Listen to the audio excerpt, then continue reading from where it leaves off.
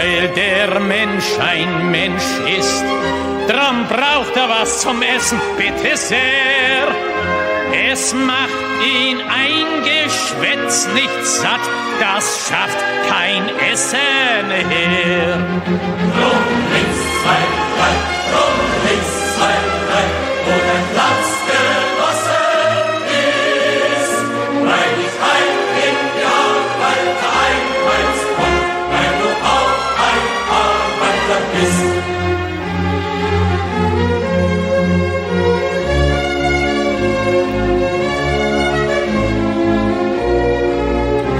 Und weil der Mensch ein Mensch ist, drum hat der Stiefel im Gesicht nicht gern.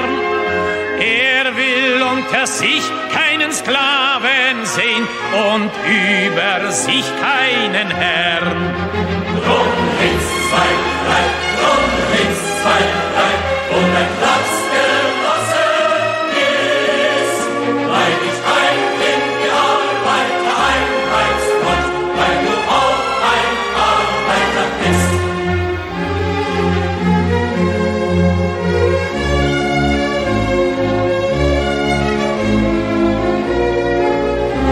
Und weil der Prolet ein Prolet ist, drum wird ihn kein anderer befreien.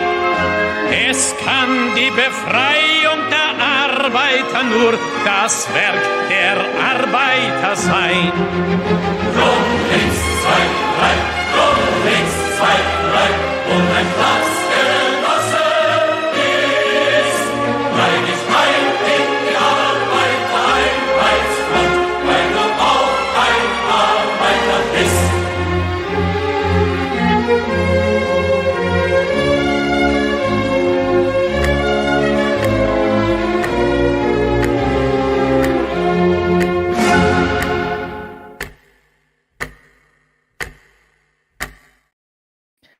Здравствуйте, comrades. Welcome to Socialism Saturday. Socialism Saturday is a stream I do every Saturday at 6 p.m. where we watch the farthest of the far left, the most dystopian of the dystopian, not the DSA. The DSA is not the farthest of the far left, not the Bernie Sanders or the AOC socialists, certainly not champagne socialists like Vosh or any of those fakers. We watch the real deal on this channel, the real socialist activists who are pushing every crazy idea into our society today. The birthplace of critical race theory, the birthplace of gender ideology, the birthplace of social emotional learning, all of this stuff, all the attacks on parental rights, every single crazy thing that you see in public schools today and the indoctrination that's been going on with kids comes directly from the people that we watch on this stream, and we watch them to understand them. This is not a time to debunk the socialist. This is a time to learn what the socialist thinks. This is a time to learn how the socialist mind works. This is a time to become immersed in their language, because one of the scary things that we've realized in the year plus that we've been doing Socialism Saturdays now is that when you learn how to speak socialist, you start seeing it everywhere. A couple weeks ago, I went to a movie with my husband. We went to see the new Saw movie. And you know, guys know how they do commercials before movies now. And there was a commercial for Indeed.com. That entire commercial was speaking in socialist. The entire thing. I was like, I can't even escape socialism when I'm going for an afternoon horror movie. It's bullshit. But it is important that you learn how to speak socialist, and it is important that you learn their language and their ideas, because once you start to learn their language and their ideas, you identify socialist in the wild everywhere. And that's when the real fun begins. And that's when it gets really, really scary. Well, tonight, guys, we're going to be going kind of like a back to basics kind of episode. I'm actually really excited about this. So you know that one of my favorite socialist YouTube channels is a YouTube channel called Red May. Red May is run by radical revolutionary socialists out of Seattle. And every May, Red May graces us with more socialist content that we can possibly handle. We did an epic amount of socialism streams last May. You can go back and go look. We were watching socialism like every other day, thanks to the dutiful work of the radical revolutionary socialists in Seattle that run the channel. Now, not only does the month of May is kind of like their big thing, but Red May does do content like all year long, and they just don't do as much of it as they do in the month of May. And a couple weeks ago, they streamed this session, The Abuse of Property. And they didn't give us a lot of descriptor in this. So I went over to this is all about a new book that's come out from MIT Press. Fun fact, MIT Press publishes a ton of socialist books. They're not like the big socialist book publisher, and they don't publish exclusively socialist books, but MIT Press publishes a ton of socialist books. So let's look at the description of this one. A fundamental critique of the current property regime, calling for radical social and political change. Anytime we see the word radical means socialist. In The Abuse of Property, Daniel Locke offers a multifaceted philosophical critique of the concept of property broadly understood. Guys, pop quiz for the chat. When socialists say property, what do they mean? Let me know in the chat. I'll keep reading in the meantime. He argues that property should not be the dominant framework in which human beings regulate the use of things, that property is not the same as use. Property rights, in his view, are not conditions of freedom or justice, but deficient, dysfunctional, and harmful ways of interacting with other people and the natural environment. He dissects not only the classic justifications for property, from Locke's justification of property as a natural right based on individual freedoms, to Hegel, ding, ding, ding, justification of property as a form of mutual recognition, but also the classic critiques of property from Proudhon and Marx to Adorno, and I don't know that other one.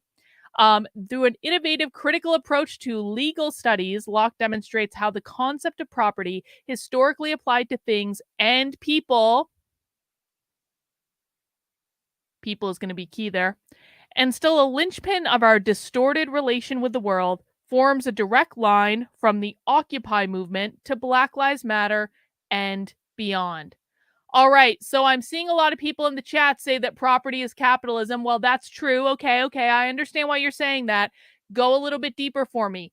Specifically, when they say property, what are some of the things that socialists might designate as private property? Go beyond. I don't want to see any more capitalisms. Capitalism is a throwaway. Let's see. What are some of the things, examples of things that socialists want to abolish private property for? Children! Ding, ding, ding. Children, the family. Yes, landlords, land, houses, like whether it's the house that you live in, they don't want you to own that. They certainly don't want you to be landlords. Land, children, industry, that's right. They don't want you to own your own business. I don't know that they want to take your wine away just yet, but maybe soon. They want you to consume wine given to you by the collective, the nuclear family. Exactly. So guys, when socialists, and I use the term socialist, Marxist, and communist interchangeably because they use the three terms interchangeably, when socialists are talking about property, they mean things like your house. They don't want you to own a house. They don't want you to own a private business. They want the state to control all the means of production. They want to eliminate anything with a profit motive because they deem it unnecessary and oppressive. They also deem the nuclear family to be private property, and they want to liberate children from the oppressive adult supremacy of the nuclear family. And we've covered all these topics extensively. Every single attack that you're seeing on. So let's talk about some of the attacks, right? Why did rioters specifically burn down Black-owned businesses in 2020? If Black Lives Matter was about Black people and making lives better for Black people and justice for Black people and fairness for Black people, why did the rioters in 2020 in Minneapolis specifically burn down Black-owned businesses? Why would they do that? Wouldn't Black-owned businesses get a pass? What do you think? Let me know in the chat. Because businesses are capitalism, so those Black people were being white. That's exactly right. They do not want Black people to own their own businesses. They don't want anyone to own their own businesses, but they find it particularly offensive when Black people are entrepreneurial. This is why socialists hate Jay-Z. This is why socialists hate Kanye West. This is why socialists hate Larry Elder. They call it the black face of white supremacy or multiracial whiteness because, as we know, whiteness does not mean skin color. Whiteness means capitalism. It means private property. It means who owns the power structure, the bourgeois, the oppressor, etc., etc., etc. Very, very good. Here's another pop quiz. Why are all the attacks on parental rights happening right now? How do the attacks on parental rights in schools relate back to the discussion of how socialists view private property? See, we're getting more complex with my pop quiz questions now because I can't just give you guys questions that every single answer is capitalism anymore. You guys figured it out. Everything these people do is about capitalism. So we're going more complex. Why is it that every single attack on parental rights in schools is related back to the question of private property ownership? OG Nick says because they think parents treat children as private property, not just that they treat them as private property, but that they are considered to be the property of the parents. Babies are future workers that parents are doing unpaid exploitation work to raise. Exactly. Yep. Unpaid labor of raising children. Exactly. They want the state to control children. They want the state to raise children, alienating children from their parents because they want the state to own children, to raise children, because kids, much like Scientologists, socialists consider children to be just adults in little bodies. That's real. Children are the future workers to support capitalism. Exactly. The collective will educate your children, not you. Exactly. So all of these questions are related.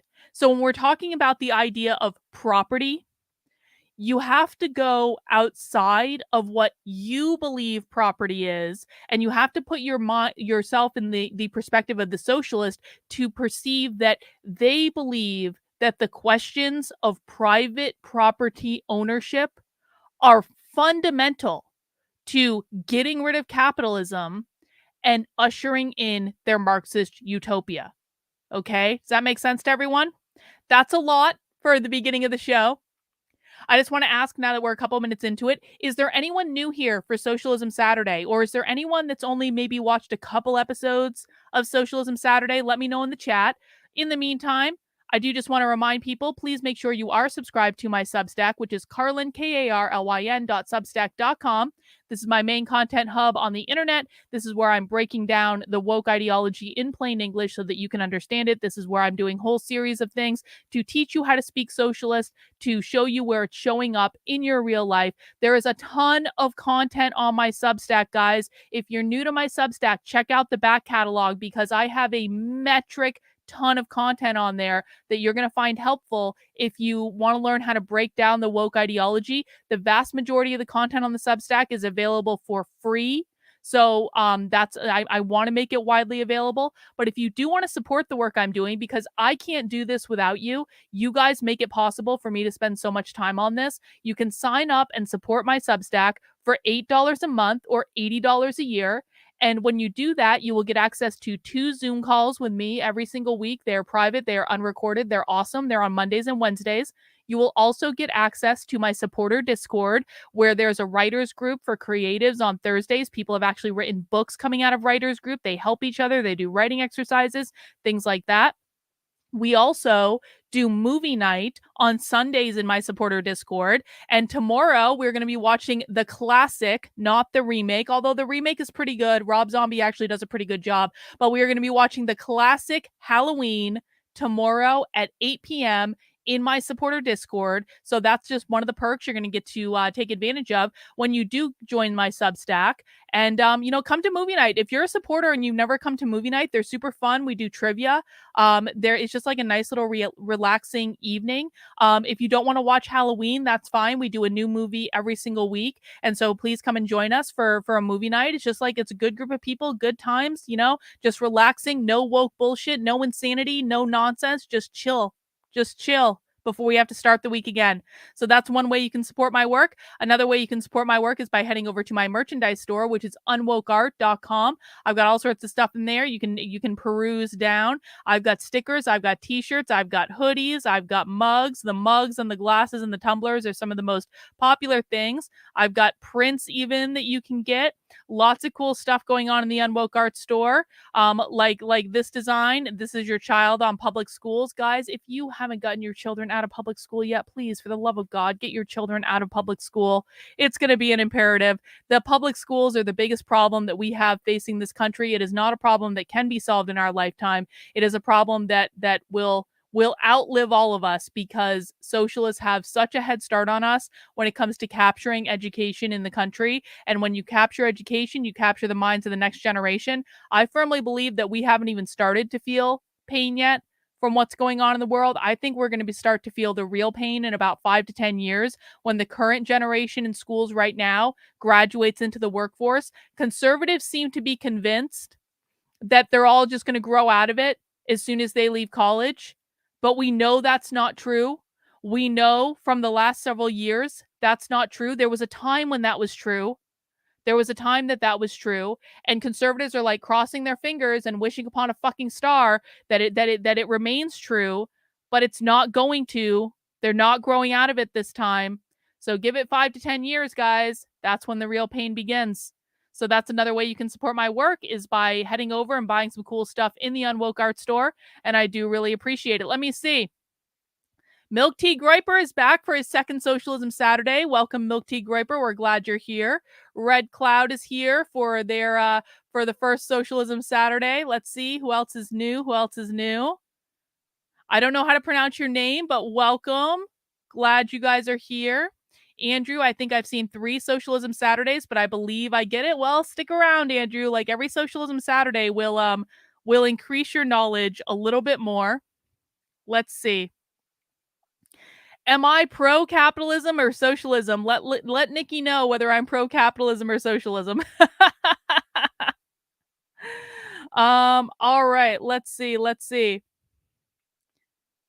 All right, that looks like we got some newbies. Beth, we got a super chat from Beth. Thank you, Beth. I just wore the t-shirt to the grocery store. Got some looks, but no comments. When you wear one of my Unwoke Art t-shirts, you're making yourself a walking billboard for how we want to see the world. So I appreciate that, Beth. That's great. Katzen, you're a valuable asset. I appreciate you joining us. You've got a lot you can contribute as well. Nikki is new. Welcome, Nikki. And so, guys, here's the deal. If you have never watched socialism with me before, socialism, when you first start watching it, can be overwhelming. Listen, a lot of people think they know what the left is doing. They think that they understand because they see things like libs of TikTok and they see all these crazy leftists like raving and all this stuff.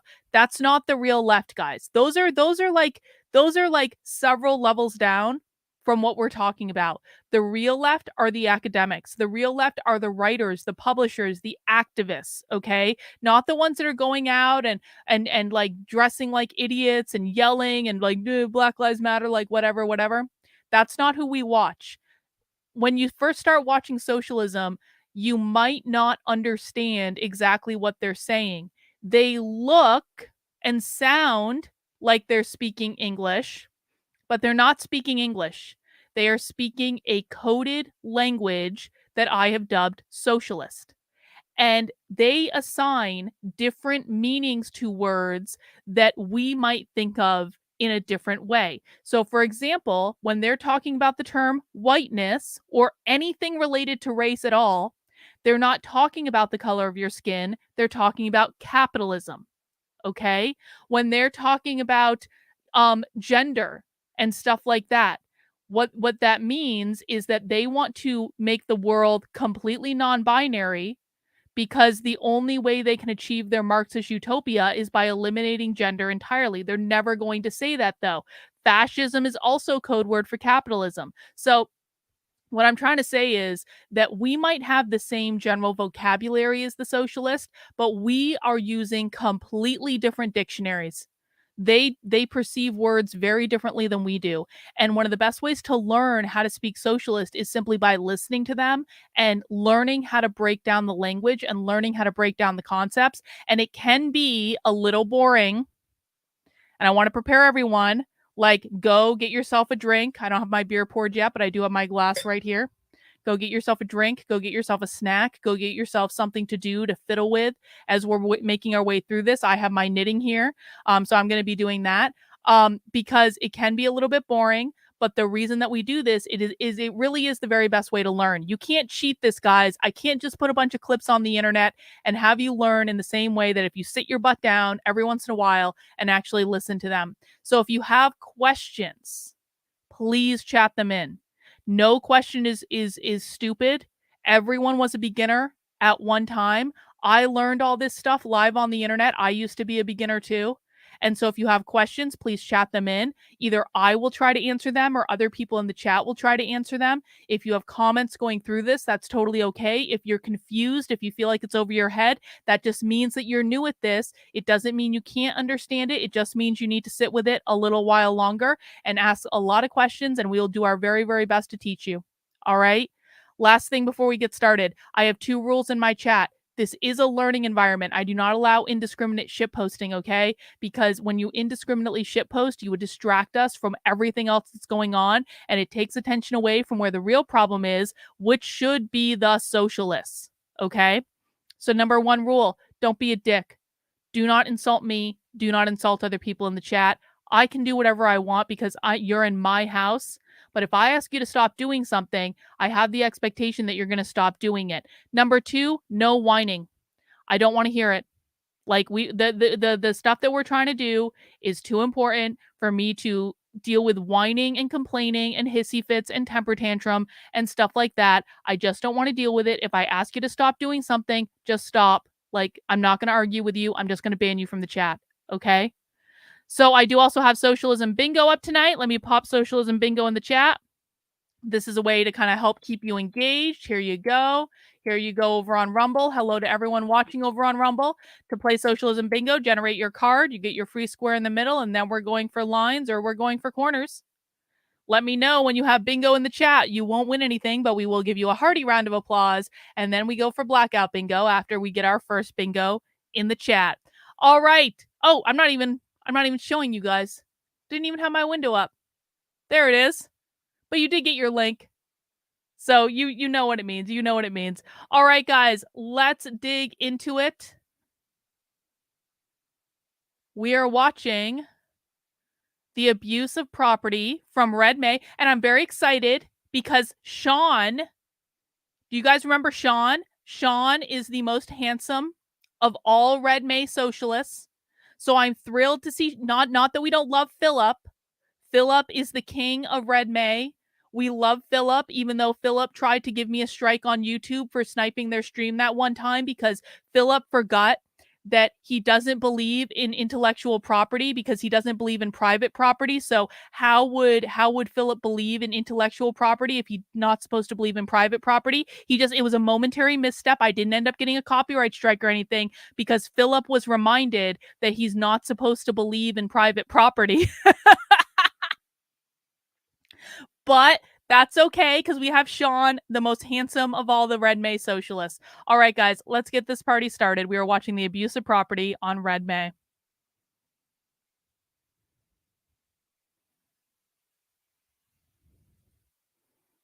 I like that Sean has the shirt unbuttoned a little bit. Very, very good look, Sean. Good look indeed. Why isn't anyone saying anything? See, this is just the technology of the... Hi, everyone. Thank you for joining us today for this really exciting new season of Red May events and conversations. We're excited too, Sean. I'm one of the organizers with Red May. You might be asking yourself, Red May in September, what's happening? we are actually expanding our programming more throughout the year. Red May is expanding their programming. Sean, we're very excited about that. We appreciate your efforts, Sean. We really do. Andrew, thank you for the super chat. My sister wants to make the world non-binary and abolish the state of Israel. She's 26. What should I do about it? I'm very sorry, Andrew. Your sister has been pulled into the cult of socialism, and I'm not actually like I'm not exaggerating when I say that. I do believe that socialism is actually a cult. What do you do about it? You love her. You listen to her.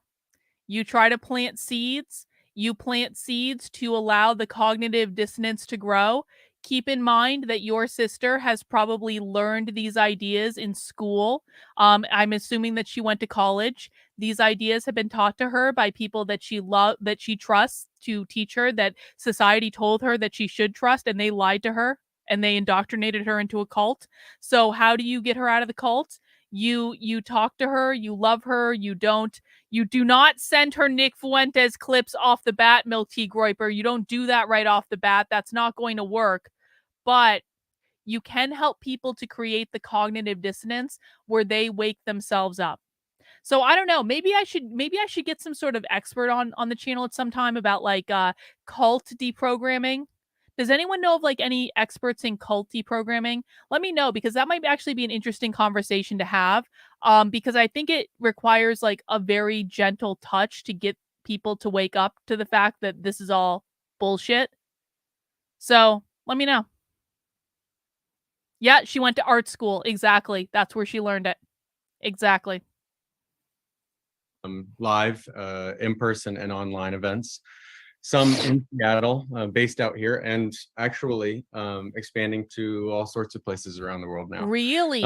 So we are excited to launch this today with this really wonderful book and a great conversation around the abuse of property that has just come out from MIT Press in the US. And we are joined today by the author, Daniel Loic, and Brenna Bendar and Jacob Blumenfeld. Jacob is going to be your moderator today. Jacob is a professor of philosophy at the University of Oldenburg.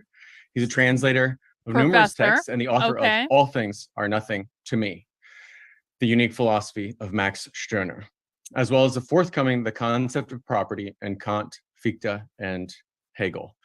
This conversation is going to go on for maybe an hour to an hour and a half. There'll be plenty of time for Q&A at the end. We'll be monitoring the chat and keeping an eye out for questions. So feel free to pass them. I'm going to pass this on to Jacob now. Thanks again for joining. It's always nice when we can identify Thank you, university Sean, and professors. thanks to Red May for allowing us to have this conversation and to make it public for the world to see. Really appreciate what Red May does and their commitment to kind of radical political education for those of us also not in Seattle. Radical means socialist. Worldwide. So like Sean said, my name is Jacob Blumenfeld, and I translated this book by Daniel Loic, who's sitting here.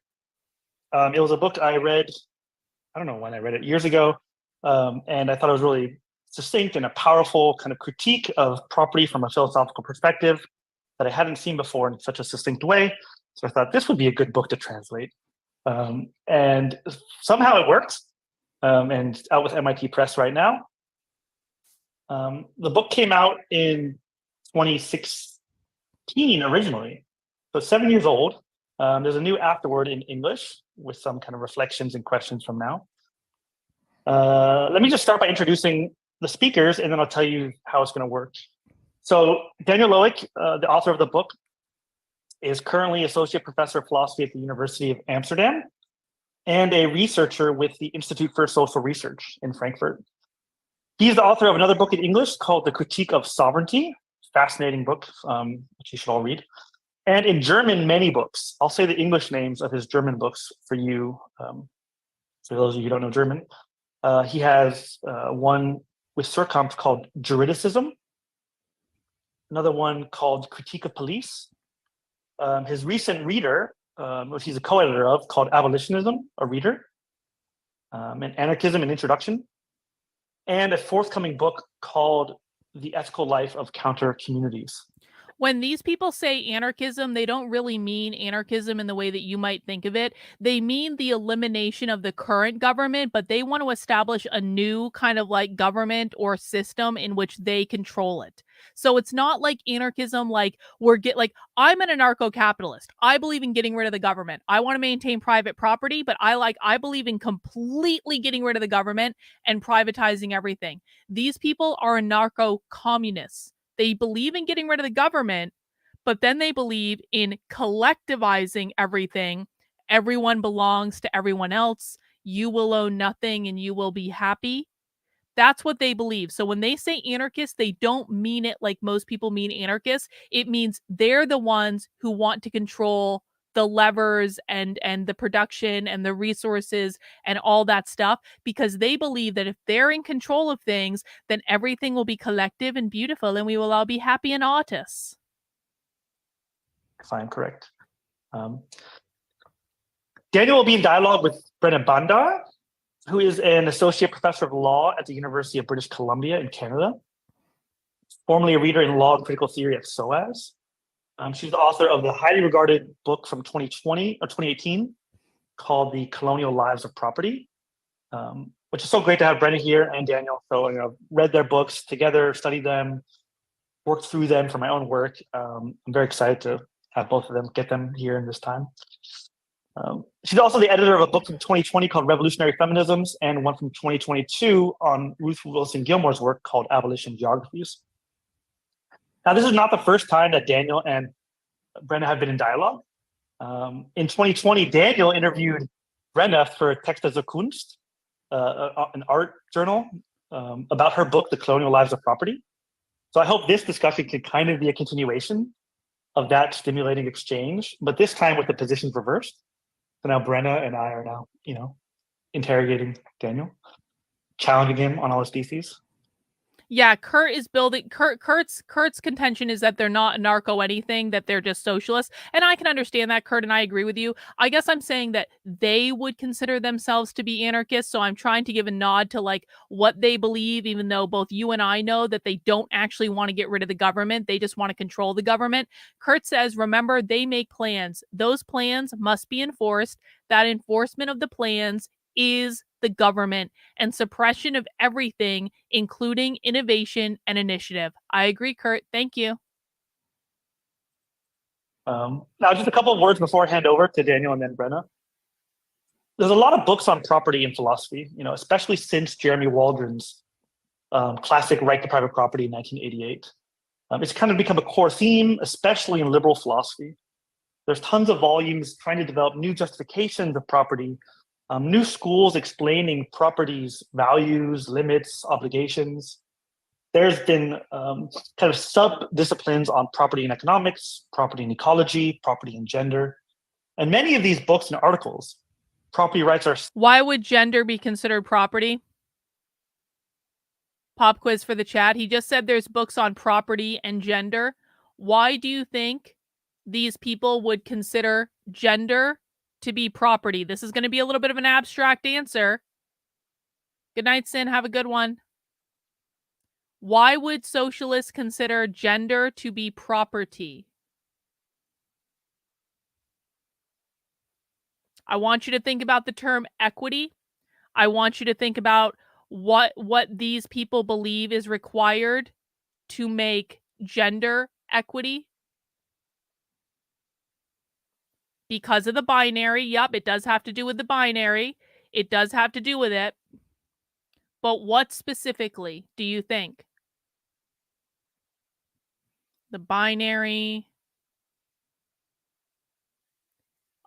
Bought in with the gold star, because if you are a man, if you hold the value of being the male gender, the property of being the male gender, that means that you benefit under capitalism, because capitalism created the gender binary, which created oppressive gender roles for women and oppressor gender roles for men. Exactly, bought. Exactly. Very well done. And so what these people believe, because imbalance is unequal, exactly. So what these people believe is that gender equity can only be achieved when gender is abolished entirely, with no men and no women. Exactly. The oppressive gender roles of men, that's the patriarchy. Exactly. Well done. Seen as a kind of core element of a democratic liberal society. And philosophers then try to ground it in new ways to come up to date with kind of our newest conceptions of justice and rights, usually somehow related to the concept of freedom politically and to the concept of efficiency kind of economically. Now, this is not what Daniel does in his work, right? Nor what Brenna does in hers. So Daniel's work is I would say, philosophical critique of long-standing justifications of property. This is exactly right. In general, this is the socialist formula. Something creates inequality. Inequality means a differential in outcomes. Okay, so equality, as we think about it, is the idea of equality of opportunity. Everyone shows up, everyone gets a chance, and the best person gets the job. These people don't like equality because equality means that people start in fundamentally different places with fundamentally different resources, and then you either have to like show up and work hard and prove yourself, and some people have to do a lot more to prove themselves than other people, and that's just the way it goes.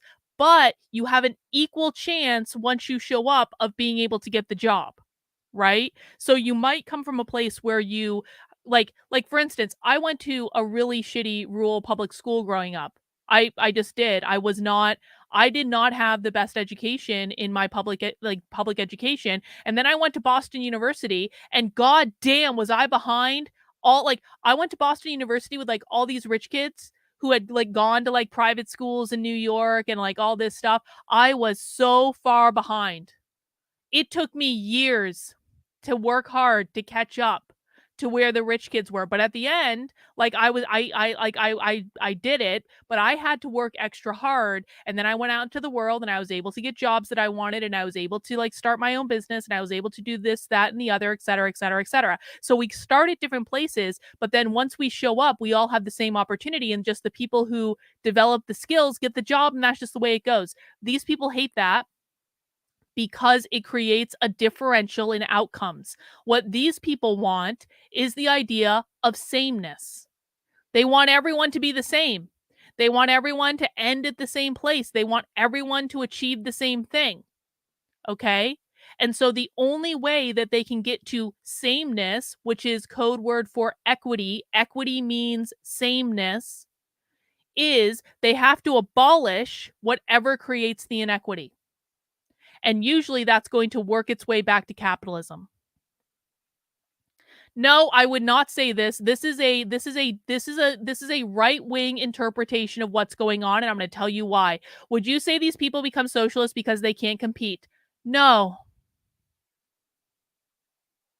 They become socialists because they're indoctrinated to be socialists in school. They become socialists because they've been taught these ideas from the time they're 5 years old, all the way through public school, all the way through college.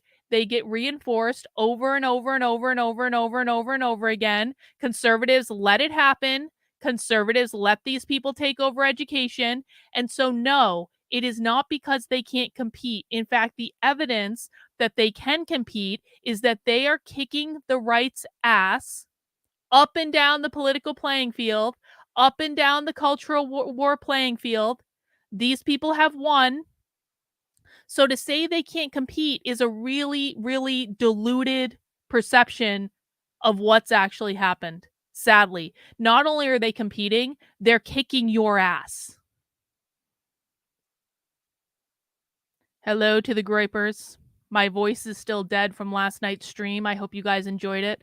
Based on the clips you've been posting on Twitter, it does seem like you did. But we're not talking about Nick today, gripers. We're talking about socialists. I hope you stick around and learn some stuff about socialism. Maybe go teach Nick about socialism. He thinks he knows what he's talking about. Anyway, let's go. In philosophy. But it's not only that, right? Because there's actually a long tradition of critiquing property, of criticizing property, going back to Rousseau or before. So it's also a critique of the various critiques of property. And I think that's what gives the book a little twist and pushes it further than the litany of critiques that people have heard over the years. Daniel begins his book with this famous German squatter slogan, Liebe Instandbesetzen als kaputt besitzen. I hope you can explain what that means. I translated it a couple of... Hang on, Brooklyn Way. Good to see you, Brooklyn. They can compete many. Yes, I mean, like this whole idea that this is like the naive nature of the conservative right is that they really think that they're so fucking arrogant. They think they're so far ahead of all these people when these people control every single college except for like a handful. These people control every Ivy League institution. These people control almost every major institution in the media, in entertainment, in government. They're starting to take over the church. They control public education up and down.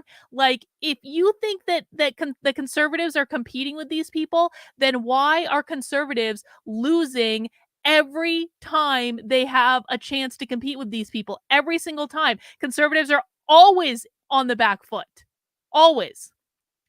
So there's a question over on Rumble. Elisa Lee says, I'm new. Welcome, Elisa. I'm glad you're here. So how do we stop these people? Listen, I'm going to give you guys an answer that you don't like if you're new.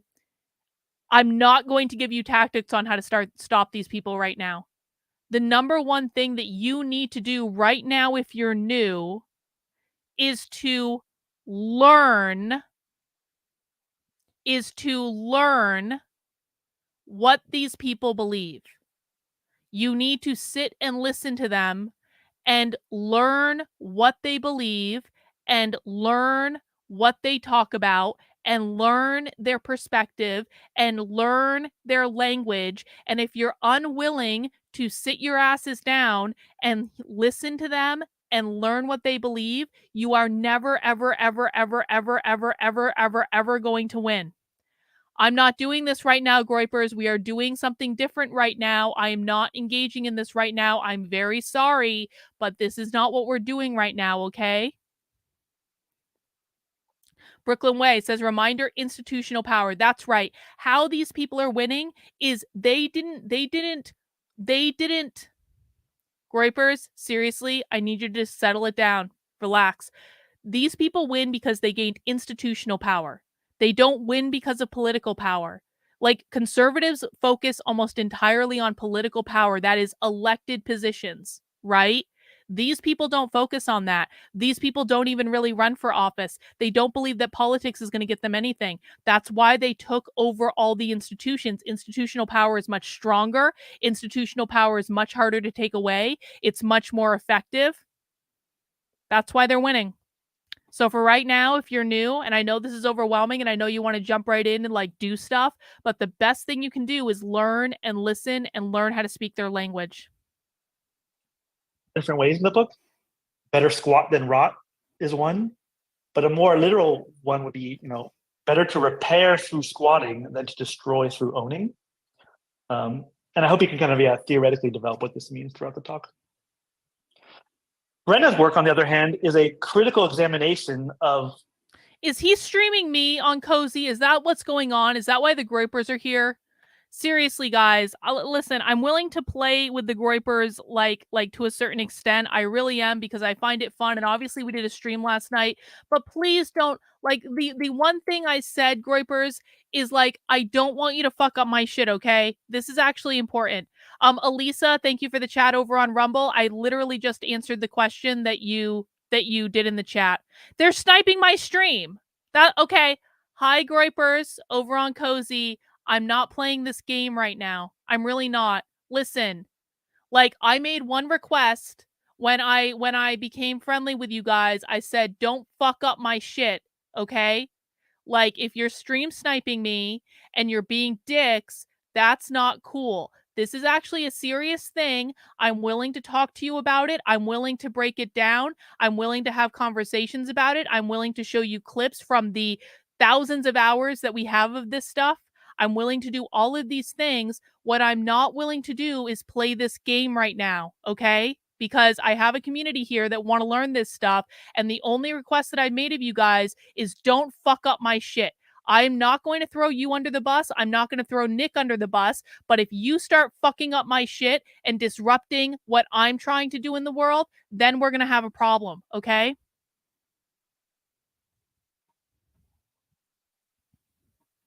Let's say the imbrication between property law and racial hierarchy, as seen in the development of property law in settler colonial societies. So property law in her account, especially... Any groyper that comes into this stream and wants to talk about racism, you're going to be banned. I am not fucking around. Her book, Colonial Lives of Property, becomes a template or a model for the imposition of property law worldwide, right? From the periphery back to the metropole. A law which ties human capacity and worth to one's ability to own and dispose over things. And this very disposition, right, this ability to own, is then further accompanied by an ascription of racial status, whether it be the native, savage, slave, and so on. To the mods, if anyone comes into the chat and starts talking about racism that you don't recognize, mods, please just time them out, because I'm not going to do this. This is not going... You guys are not going to fuck up my streams. I've been very, very nice to you guys. I made one fucking request. This is really pissing me off. Thank you, Philosophus, for the super chat. They also, well, this is true of socialists. Yeah, they also don't think in terms of beating the right. They're revolutionaries. Winning means the West falls, not the West. Capitalism. They don't think in terms of West and East. We never hear them talk about in terms of West and East. They don't think about that. That's a right-wing talking point. That's not a left-wing talking point. Winning means capitalism falls. Until then, they're on defense. And they also believe in the perpetual revolution, right? So even when they get capitalism, and they will get it, because I have to deal with bullshit like groypers trying to take over my stream when I have been nothing but nice to you guys.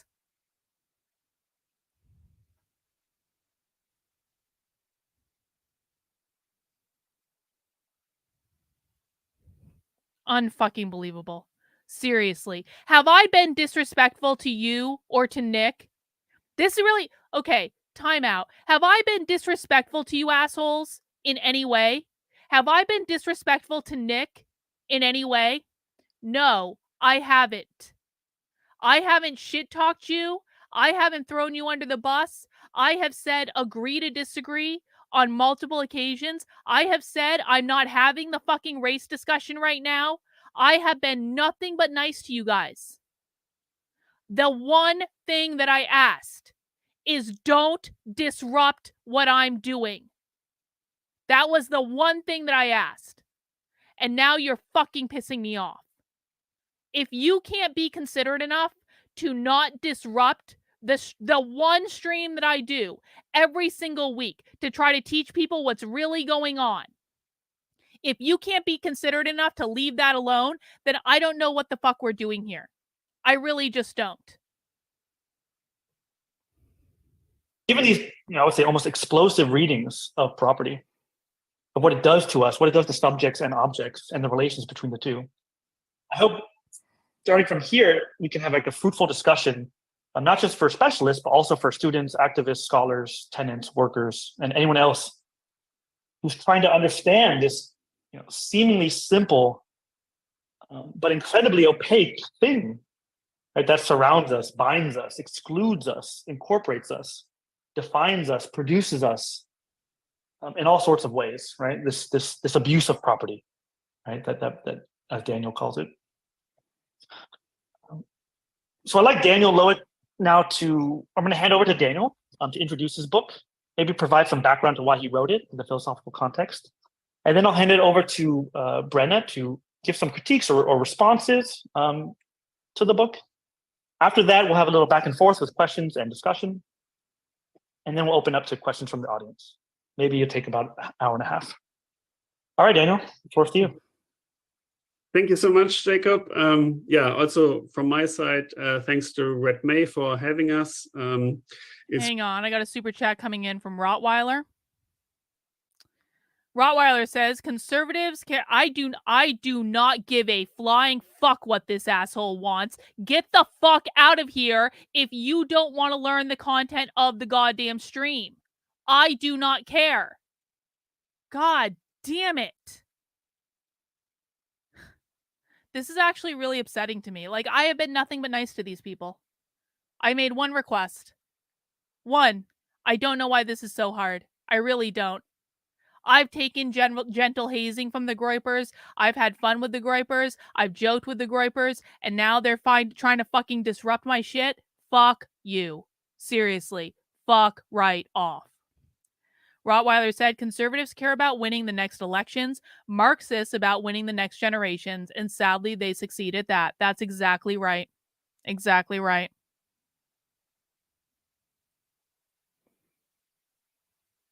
If the mods see anyone coming in here talking about race, you can ban them permanently. I'm not like, there's no, like, they can fuck right off. I've said no. I don't want to deal with this.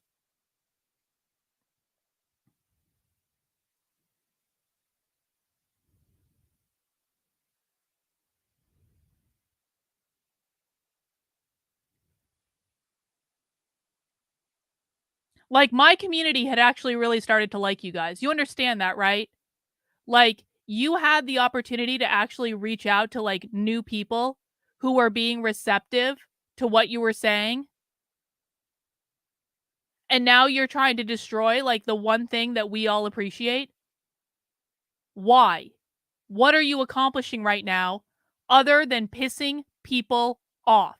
If you wanted to talk to me, you could have done it on another time when you reached out to me like a civilized fucking human being and said, would you like to have a conversation about this? Not stream sniping and trying to disrupt the one stream I do a week on this specific topic, which I asked you explicitly not to disrupt.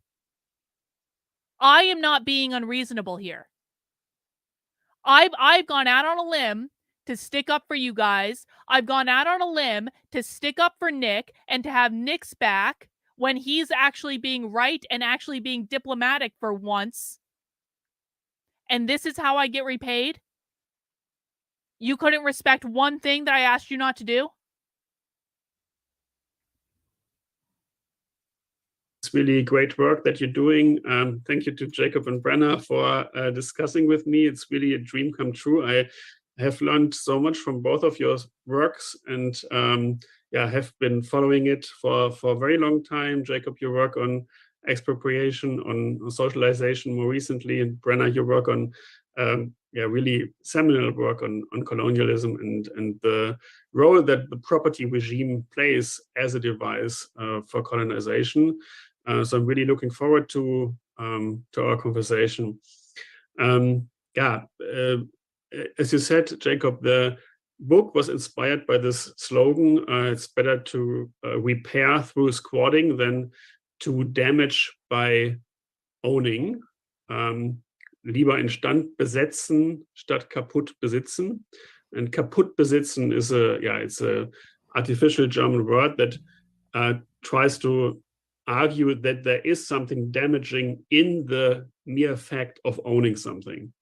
And this is a slogan that came from the squatter scene and refers to the fact that homeowners often let their apartments be empty and then be damaged or fall into rot because they wanted to speculate with the prices. And so in owning this apartment, you actually prevent somebody from using it. Whereas the squatters who move in and then start renovating it and repairing. And the idea behind the book was basically to give both sides of this slogan a more general and also more fundamental meaning, to say that in every regime of property, there is something damaging or something inherently abusive. And on the other side, then there is something reparative in the act of squatting, or also in other general practical critiques of property, practices that challenge and question property. And this is, of course, a little bit hard to argue because, as you said, Jacob, the idea that is almost more like a dogma that use of a thing depends on having a property in a thing. In order to legitimately use something, you have to be the owner of it, or you have to have some property rights. In it. And this is basically the dogma for almost the entire political philosophy, Western political philosophy at least. And I would say even in the left, oftentimes, we still often use proprietary metaphors when we say, this is our street, or this is our house, or this is my right, or something like this. This is very much still in this possessive framework. Did you just hear that? Did you just hear that? He just said that we still use possessive language when we're talking about my street, enumerating ownership, when we're talking about my rights, enumerating individual rights. That was subtle, but that was scary what he just said. They consider, what the fuck? What the hell just happened? What he just basically said is he considers rights to be a form of, did you guys hear that? They consider rights to be a form of private property. Let's just really think about that for a second. If they consider rights to be a form of private property, then, and they want to abolish all private property, that means inherently that they want to abolish your individual rights. Because abolishing your individual rights is a way that they're going to force you to be part of the collective. You don't get individual rights. You get to be part of the Borg. You get to be part of the collective. Let's listen to that again. And hopefully it doesn't screw up this time. That was weird. And I would say even in the left, oftentimes, we still often use proprietary metaphors when we say, this is our street, or this is our house, or this is my right, or something like this. This is very much still in this possessive framework.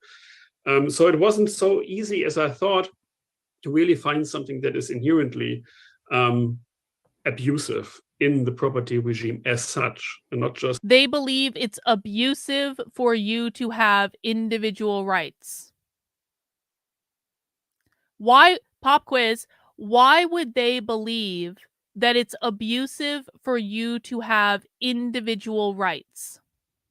What do you think?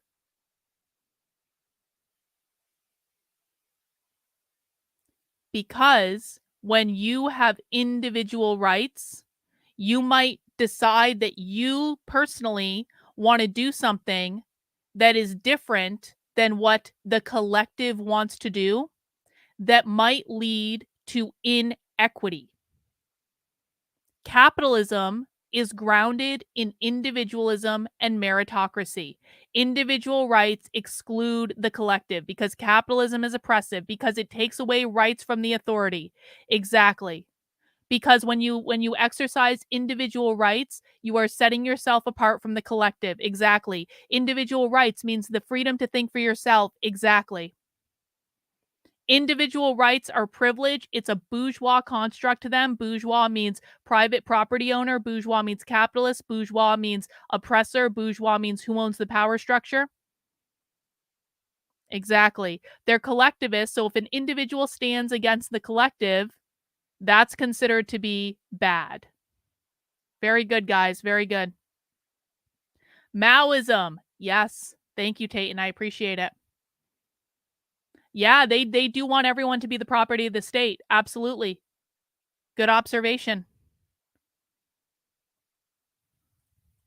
In specific property regimes, or in inequality, or in injustice, but in property as such. And so the way that I argue this in the book is first by consulting two traditional critiques of property, one that I call the social critique of property, which is basically a Marxist critique that argues that the main problem in property is its private character, that the fact that you take something from the community or from society and put it under the social control of individuals or of a company or so. And this, of course, is then especially problematic when it's about the means of production, as Marx says. In a capitalist society, you can only work with the permission of a capitalist. That means you can only live with the permission of a capitalist. So this is a clear way in which the property regime becomes an obstacle of using certain resources or material for others. Did you see how he just directly linked private property and the capitalist? You can only, he said, in these propertied regimes, you can only live with permission of the capitalist. You can only work with permission of the capitalist. Private property and capitalism, in the minds of socialists, are inextricably linked. Let's just listen to that part again.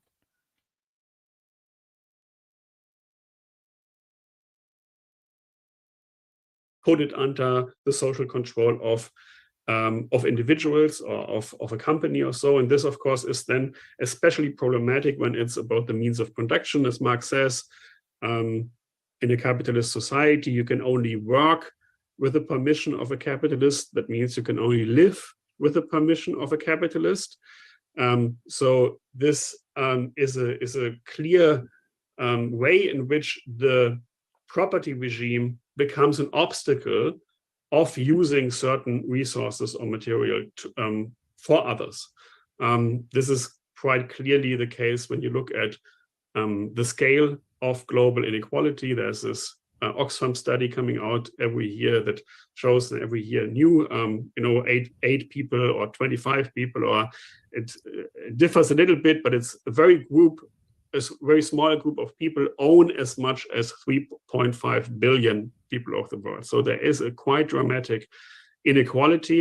And it's clear that the fact that these few people control vast resources of the planet prevents many other people from using them. Thank you, Milo, for the super chat. I'm really fucking upset that my stream got disrupted. I'm really fucking upset, so I'm sorry. God damn it.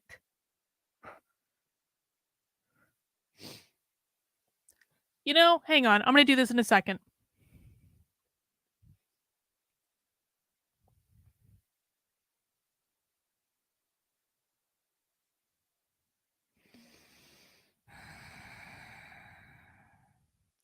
It's not too much to ask to not interfere when people are actually trying to conduct their fucking business.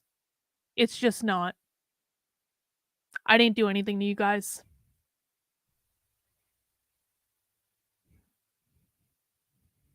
Anyway. Milo, thank you for the super chat. The entire basis of private property starts with self-ownership and owning your own body. Well, that's why they want to go after individual rights, isn't it? Without private property, there is no self-ownership. Someone who does not own themselves is a slave. Marxism is slavery. I think that's a really great super chat, Milo. I'm going to take a picture of it. Thank you. I appreciate it.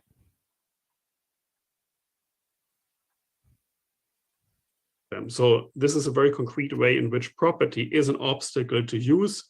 And the effects of this you can see, we just saw it, for example, by in the patenting of vaccines. You can see there copyrights or patents can become quite concrete, and also in some cases deadly limits of usability.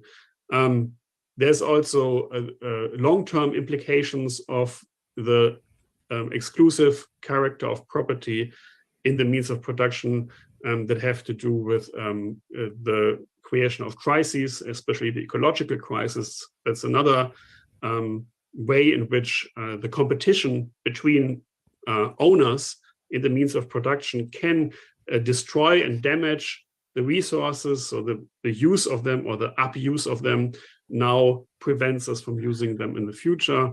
There's also the fact of alienation or burnout or other forms of social pathology that... I literally just was talking with one of the gripers on Twitter today, and I literally said on Twitter, I'm not going to throw you guys under the bus. Like, I have never thrown someone under the bus unless they've thrown me under the bus first. It has never happened. If you are loyal to me, I will have your back. If you don't fuck with what I'm doing, then I'm not going to fuck with what you're doing. And I said flat out, like, I don't intend to throw any of you guys under the bus. I don't intend to throw Nick under the bus. I don't intend to denounce him right now. But all I said was, if you don't do it to me, I'm not going to do it to you. And the answer that I got back from the Groypers earlier today was, well, we'll see what you do because we've been stabbed in the back before. And I said, well, guess what? I've been stabbed in the back too. And I think that you fuckers are going to stab me in the back before I stab you in the back. And look what happens hours later. You're trying to disrupt my shit when I've done nothing to you. So I'm a little disappointed. I really thought that maybe this could maybe last a little bit longer than a week before you guys started fucking with my shit. I thought it was probably going to happen eventually. I thought that you guys weren't going to be able to hold it together just to like have some sense of goddamn propriety. But I really didn't think it was going to happen this soon. I really didn't think that it was going to take a week, one single week, before you couldn't control yourself anymore.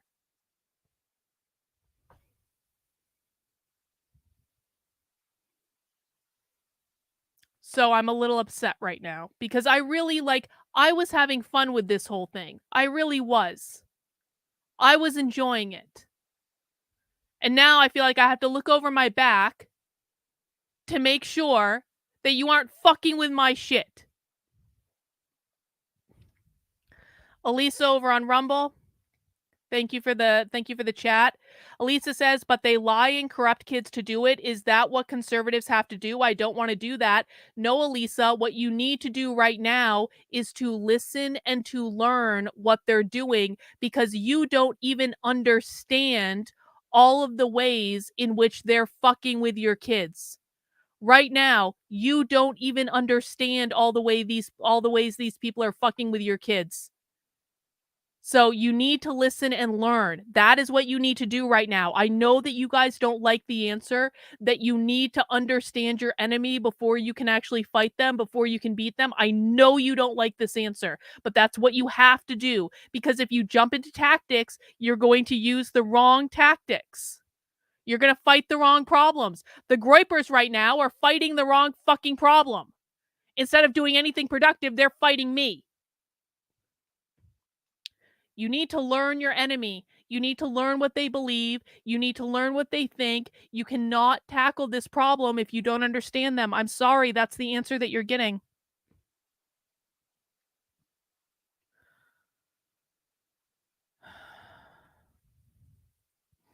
Lead to a complete exhaustion or extractivist using up of the labor power, meaning that people are so overworked that they are also subjectively no longer able to actually use the goods that they produce. So all of this is, I think this is quite classical and maybe a bit straightforward, a Marxist critique of property.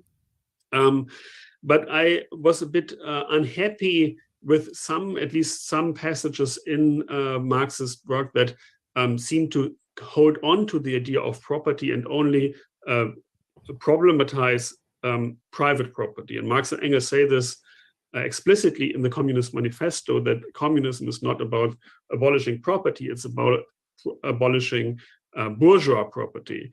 Therefore, and what is the difference between property and bourgeois property? Pop quiz for the chat. Does anyone know? What is the difference between property and bourgeois property?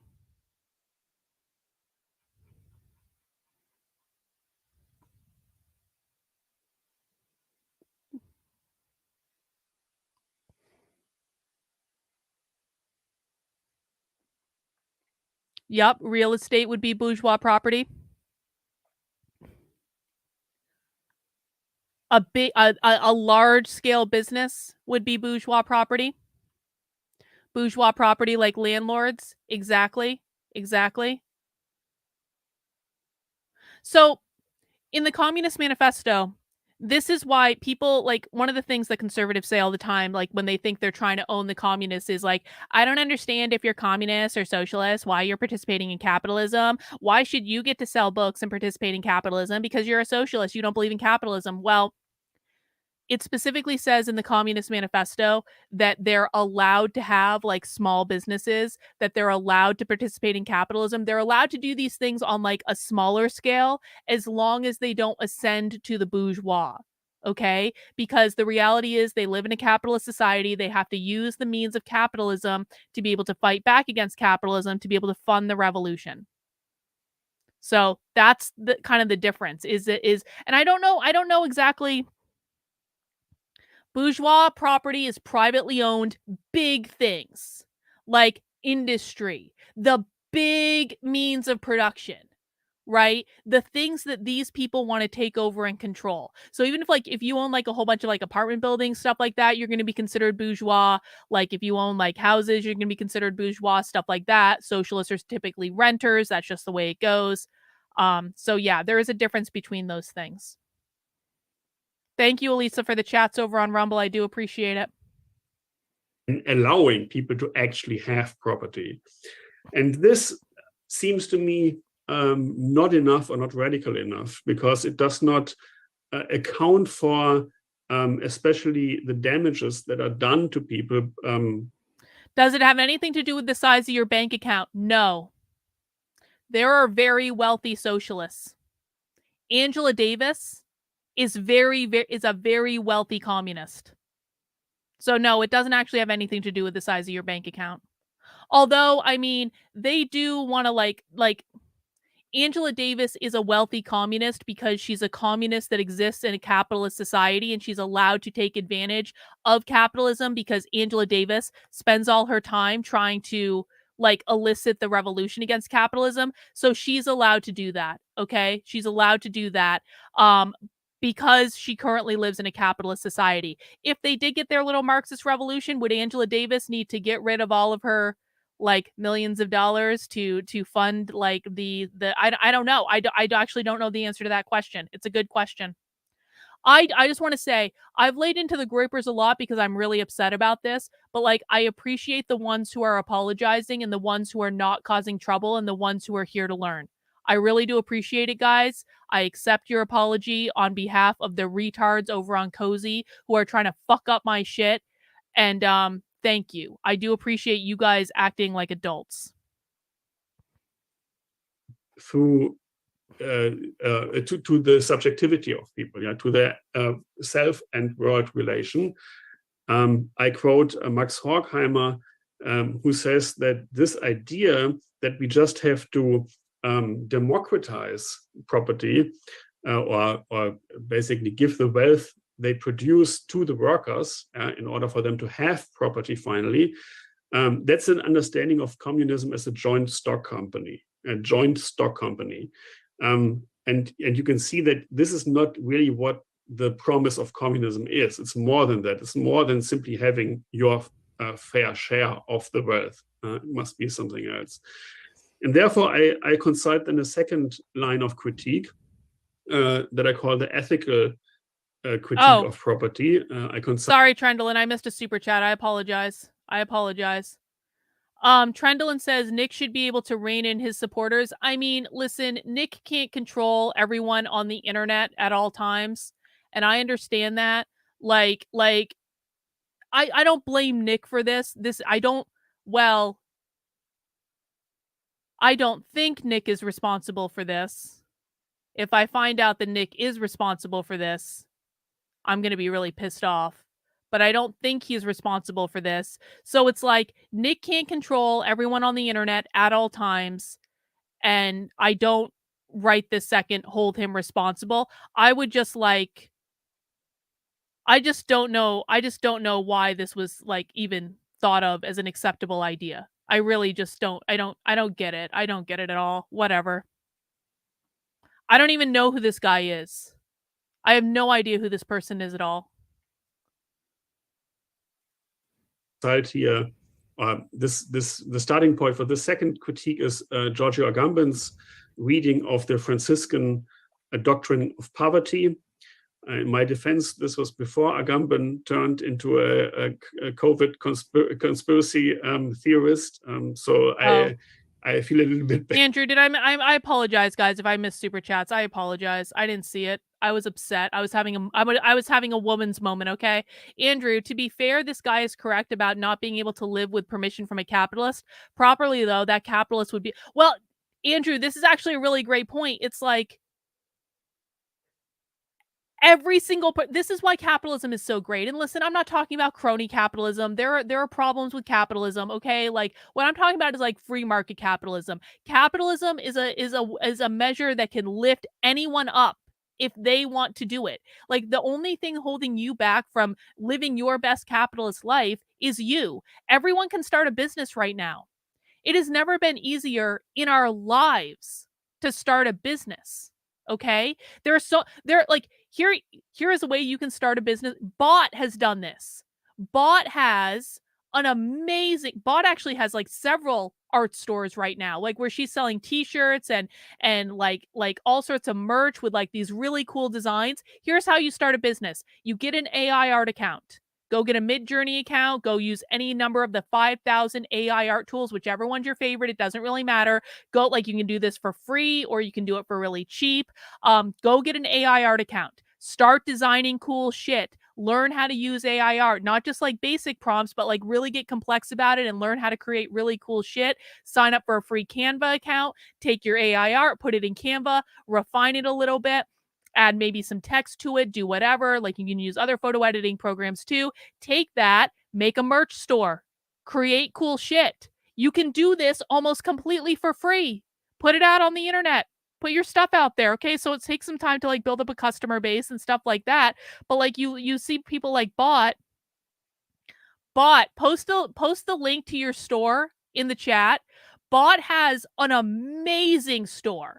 Like some of Bot's designs are so cool. She's getting really good at AI art. And it's like, you can use all these resources for free to start your own business. I don't know why everyone isn't doing this. It just doesn't make sense not to do it. And if you don't want to do like a merch store or something like that, go do something else. There's so many free resources. Everyone can take advantage of capitalism. We're not living like in the 20s where you have to have like these giant investments in like tools and machinery and stuff like that and like buildings and all these things. You can do almost anything you want, very low cost on the internet right now.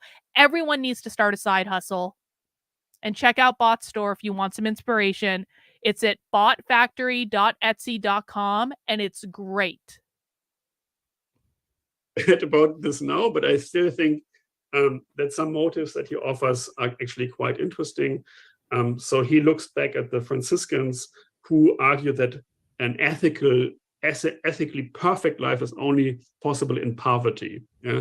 There were people, the friars in the Middle Ages who believed that one should not become an owner. One should not want to become an owner, even if you had the possibility. So they tried everything in order not to have to become an owner. And this is an interesting move. And it seems a bit obscure to look at the Middle Ages, but there are contemporary struggles against being forced to become an to become an owner as well. And this is where I extensively depend and use Brenner's work. I think Brenner has shown this really in an excellent way, that the imposition of, or the violence that lies in the imposition of the Western property regime in the process of colonization is not just the fact that indigenous people are being dispossessed. It's not simply taking something away from them or stealing something. It is the imposition of the legal grammar of a property order in itself, because with that comes what Brenner calls a racial logic of abstraction, and constructs a certain form of subjectivity, and it imposes this subjectivity on colonized people. And therefore, the struggle against having to become an owner, or the struggle for a right not to use right. Hang on. I almost missed that. Imposes this, okay, hang on. A racial logic of abstraction, something is imposed on colonized people. Let's go back. I want to listen to what he's saying is imposed on colonization. Okay, let's listen again. Listen to how he is talking about the idea of colonization. That the imposition of, or the violence that lies in the imposition of the Western property regime in the process of colonization is not just the fact that indigenous people are being dispossessed. It's not simply taking something away from them or stealing. Colonization is not just the fact that here's what's about to happen. He is about to define colonization as being taken over by the oppressive force of capitalism or private property. Indigenous people are not just oppressed by simply taking something away or stealing. This is very important to what's going on in Palestine right now, and very important to how it's being construed by conservatives in terms of this idea of decolonization automatically meaning violent revolution. Decolonization does not mean inherently violent revolution. Violent revolution can be a part of it, as we're seeing right now, right? But decolonization just means removing the oppressive force of capitalism. That's literally all it means. All right, so let's listen again to how they're defining colonization. The Western property regime in the process of colonization is not just the fact that indigenous people are being dispossessed. It's not simply taking something away from them or not stealing taking something away from them. The imposition of the legal grammar of a property order in itself, because with that, colonization is the imposition of the legal grammar of the property order. That means capitalism. Does everyone understand that? Colonization is not just about taking something away from indigenous people. It's about the imposition of the legal orientation of property order. That means private property. That means capitalism. Comes what Brenner calls a racial logic of abstraction, and it constructs a certain form of subjectivity, and it imposes this subjectivity on colonized people. And therefore, the struggle against having to become an owner, or the struggle for a right not to use rights, is in itself a value. And it is in itself an important thing that you do not get into view if you only look at the social element of it. You have to look at the damage that the property regime does to your own self and world relation itself. There are other ways also how this plays out ethically. I would say you can look at commodity fetishism. You can look at the damage that comes from the fantasy of having social control over a thing. There's also, of course, a long feminist line of a critique of property, or propertization of the female body. But I think it is important the propertization of the female body, that's the gender binary. What changes if we think of the world, or even of others, as structurally as a property? Not only because it's exclusive, or because it's what happens when we what happens when we think about the world or others as structurally property? Oh, this is going to be good. We think of the world, or even of others, as structurally. I'll stop being angry at the Groypers when the Groypers stop disrupting my fucking stream. Don't disrupt my stream anymore, please. As a property, not only because it's exclusive or because it's unjust, there is something ethically wrong with it.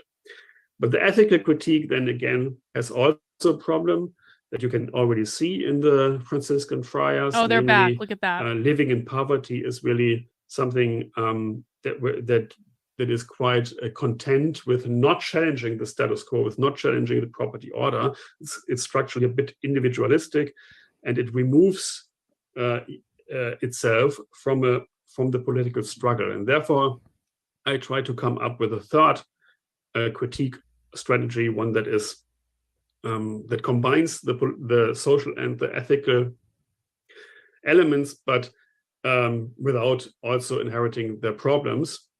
And this is what I call the political critique of property. And for this political critique, the squatter is actually the paradigmatic figure. The squatter is somebody who challenges the property regime, confronts it. But there was a house, I think it was I want to say it was in Portland, Oregon, but it could have been Seattle. It was either Portland or Seattle. But this was maybe like a year and a half ago, where there was this big thing about this house in Seattle where these squatters were living, and the city wanted to come in and evict the squatters, and Antifa got really pissed off that the city was trying to get these squatters out of this house, and Antifa ended up like surrounding the house and like guarding it so that the city couldn't evict the squatters from the house. And when that happened, I was thinking about, do you guys remember the idea, the book? Oh, what the fuck is the name of this book? I read it. In Defense of Looting. Do you guys remember this book that came out in 2020 about In Defense of Looting? In Defense of Looting, this is when I first started to have the epiphany that all this bullshit was not about race at all. It was about property, because in the book In Defense of Looting, they basically argue that it is like it's social justice or reparations to loot private businesses because they don't like private property, and so looting of the businesses takes it back to the collective. And I was thinking about that. Yes, the Red House. That's exactly what it was. Was that in Portland or was that in Seattle? They claimed sovereignty over the squatters at this Red House, again, either in Portland or Seattle, claimed sovereignty over this Red House. And so when the city tried to evict them, Antifa like surrounded it and was like giving the city a really hard time about evicting it. Portland. Yeah, you guys remember this. So now let's listen to what he's saying here. Because he's saying that the squatter, a person squatting like they were in the Red House in Portland, people are now telling me it's in Portland, a squatter is rebelling against the propertied regime.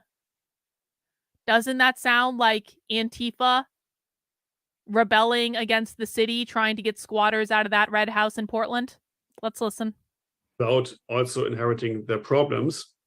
And this is what I call the political critique of property. And for this political critique, the squatter is actually the paradigmatic figure. The squatter is somebody who challenges the property regime, confronts it, but on the other hand, does not want to establish a new property order. It's not about simply having a more just property order. It is about creating conditions under which the exclusive appropriation of goods is no longer possible for anyone. They want to create a situation in which the exclusive appropriation of goods is no longer possible for anyone. Doesn't that sound like the elimination of private property? We're only 20 minutes into this stream. There's still an hour and a half to go. This is going to be a long one tonight, guys. I hope everyone's got a drink and a snack. Tayton, thank you for the super chat. Would that be the same as the immigrant issue in Chicago then? They're trying to house them and the citizens are protesting? No, not exactly the same. The immigration stuff is socialists don't believe borders should exist. So they don't believe that immigration should like even be a thing. They're like completely open borders people. They don't believe borders should exist. They don't believe countries should exist. The housing of the immigrants in Seattle, well, definitely related to the idea of how incredibly socialist Seattle is not directly related to what we just talked about. But I understand why you might think that, but I wouldn't characterize it that way. I could be convinced, I guess, but I would say no right now. something that we can call an not an expropriation, but an exappropriation, the overcoming of conditions under which the appropriation of the world is possible.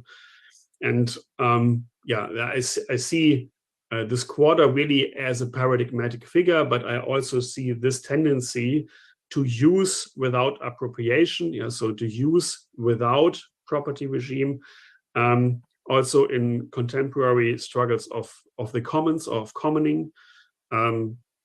This can take immaterial forms in the form of cracking and file sharing and so on, open source production, but also quite material forms in other practices of occupation, for example. And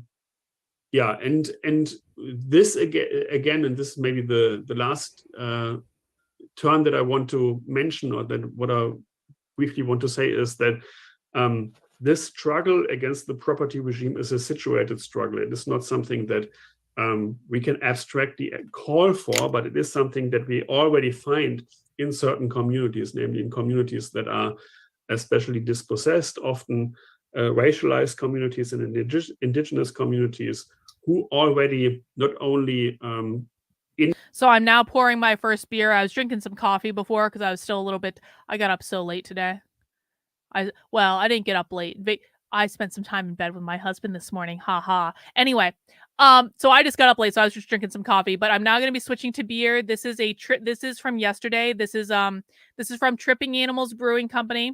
It's called Tripping Zombies, and it's a sour ale with passion fruit, mango, and coconut. Yay. If you're drinking something fun, put it in the chat. Under conditions of dispossession, try to come up with... Okay, this is a good question. I'm actually glad you asked this. Why don't these guys just move to Cuba? Pop quiz for the chat. Why don't socialists just move to Cuba, or just move to Venezuela, or just move to any other socialist country? Why don't socialists in the United States just move to Cuba? Does anyone know? As I pour my beer. Oh, look how yellow that is. Look how pretty my beer is. See, if you don't think you like beer, you just haven't found the right beer for you yet. Look how tropical and beautiful this beer is.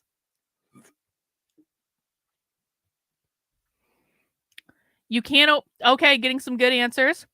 You can't overthrow capitalism here in Cuba, can you? They can't be in control here if they go to Cuba, can they? Socialists don't move out of this country because their explicit goal is to destabilize this country. They also believe that real socialism hasn't been tried and they're going to do it right this time. Their goal is to destabilize capitalism. What would they do in Cuba? Exactly. You got, listen, socialists don't want to go into an existing socialist regime. They want to control their own regime.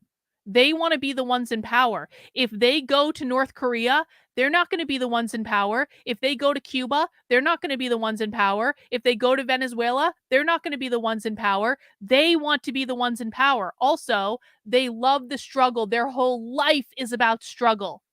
The struggle means the perpetual revolution.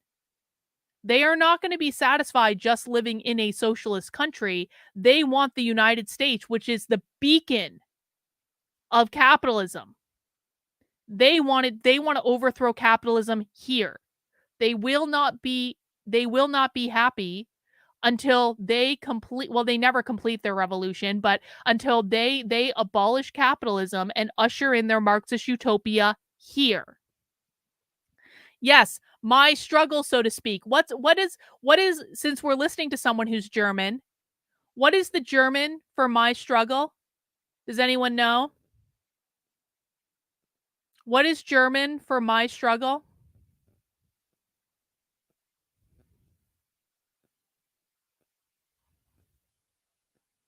Mein Kampf. Mein Kampf. Mein Kampf. What a coincidence. Different forms of sharing resources, ones that are not property-based, but also with different ideals. Hang on. Sorry, Elisa. I have another chat over on Rumble. Elise is asking some great questions over there, and thank you to everyone watching me on Rumble tonight. Elisa says, who is the top person in the collective? No one. It's a collective. Who decides what the collective wants? The community. If I'm asking too many questions, just let me know. I'll stop. There's no such thing as asking too many questions. Questions are specifically what Socialism Saturday is for. I appreciate everyone asking good questions in good faith. So we have asked socialists this. We've actually gone into their streams and like asked them like who makes the decisions in your utopia, and their answer is always the community. The community. What we're going to say is like the party or the upper party leadership. You know, think about it in like 1984, right? In 1984 you had the proles, who are the people who are outside the party. You had the party members, who were the people, if you've ever seen the movie 1984, and if you haven't, it's actually a pretty good movie, you should watch it. But in the movie version in 1984, they had like the blue jumpsuits, like Winston was like wearing a blue jumpsuit because he was part of the party. He was a member of the party. He worked in the ministry of, what ministry did Winston work in? The ministry of like truth or something like that. He did the journalism thing, whatever. So Winston was like a normal average party member, and then you had the upper party, the inner party.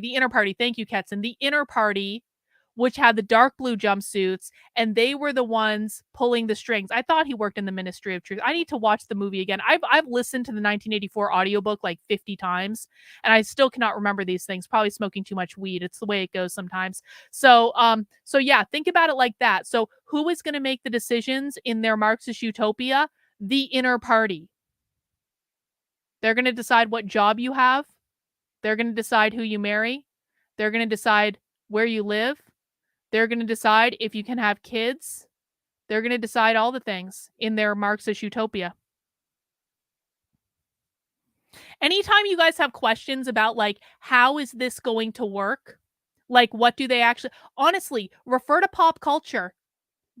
1984, Brave New World, Logan's Run, The Giver, like Fahrenheit 451. Like, watch some good dystopian. Demolition Man, Soylent Green. Soylent Green is scary. If you've been watching Socialism Saturday for a while and you haven't watched Soylent Green recently, yo, that's scary. Let's see. I've got a super chat coming in from Tayton. Did you see UNESCO's comrade tweet? No, I didn't, but I bet that Brooklyn, that I bet Brooklyn has some thoughts on this. No, I didn't see the comrade tweet. Definitely, can you ping that to me on Twitter, Tayton? I'll take a look at it. They're not going to decide who you marry because marriage implies you. That's actually a really good point. There probably will not be marriage in the Marxist utopia. You're right about that. There'll be like partnerships and like the families of choice sort of thing, but they do want to abolish the nuclear family. So you're probably right about that. It's going to be like Brave New World where everyone belongs to everyone else. Yep, I would say that's probably correct. I misspoke. Apologies. You will be assigned a breeding partner and the village will raise the child, like in the THX movie. Yes, that's exactly right. I think that's right. Invasion of the Body Snatchers is also a great movie.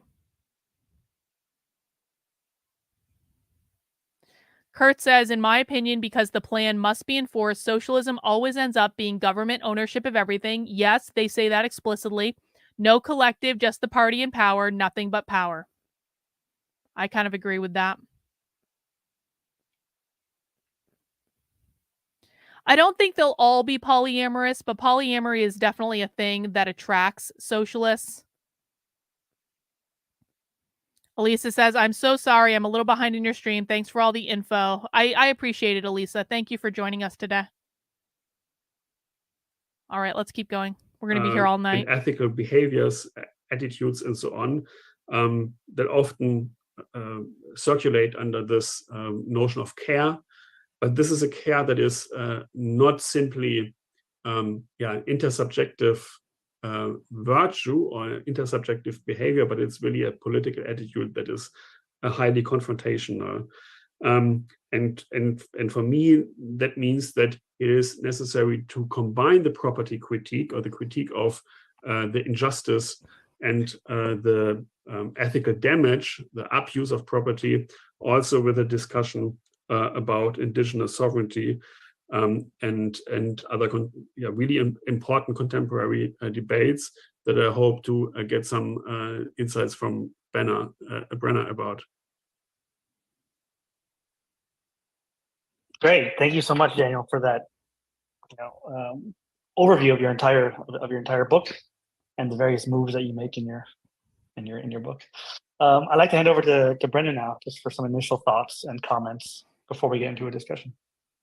Great. Okay, thank you very much, Jacob. I want to first begin by acknowledging the place from where I'm speaking.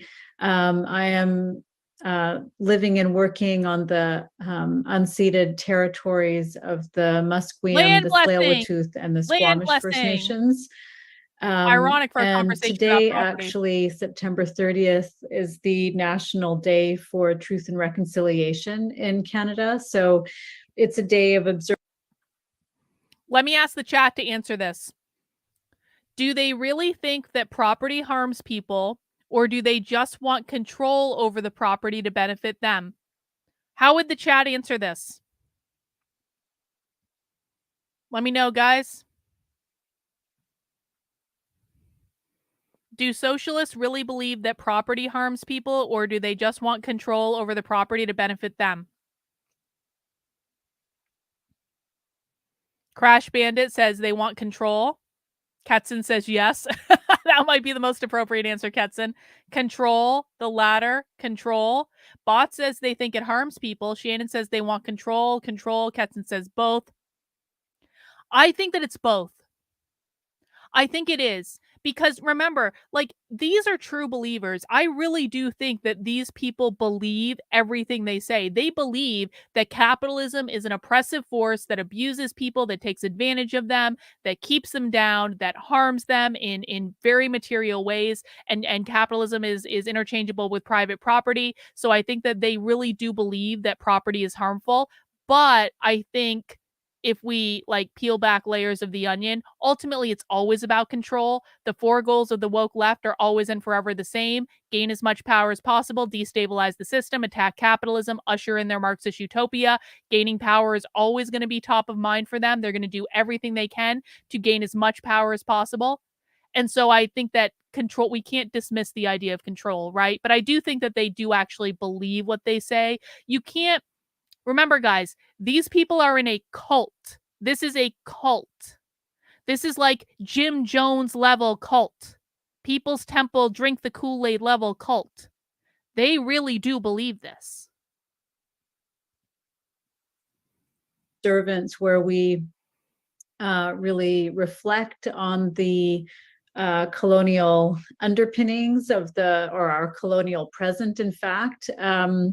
And in particular, it's a day to reflect on the Indian residential school system. So this is a system which was imposed on Indigenous peoples across the country, and it was really one of the prime mechanisms used to dispossess Indigenous peoples in many different ways. So I just wanted to begin with that. And I think that is obviously germane to a lot of what we're discussing today too.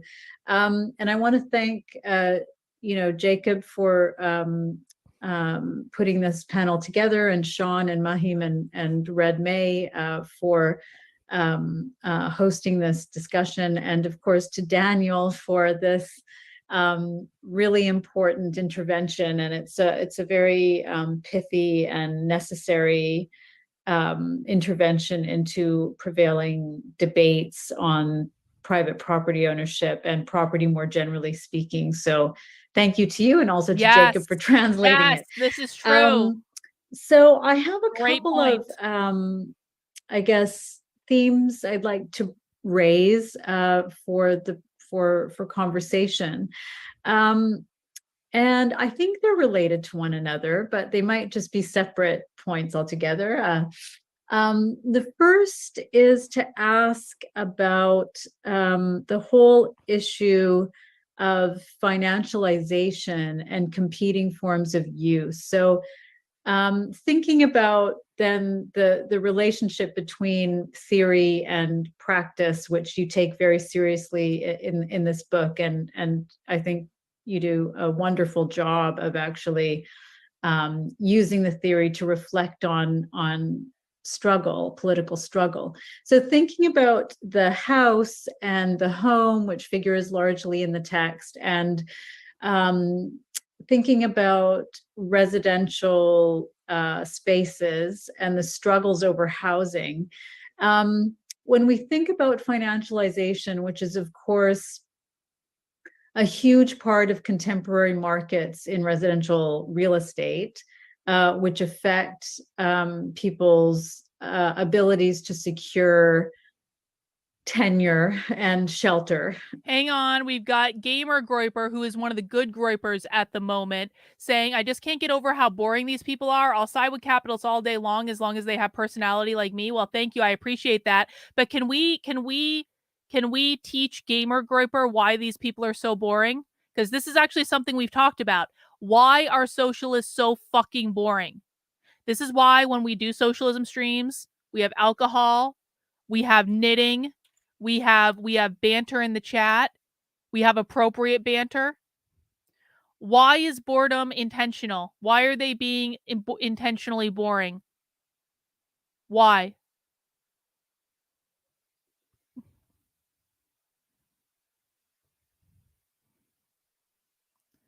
They're being intentionally boring because they don't want people to pay attention to what they're saying.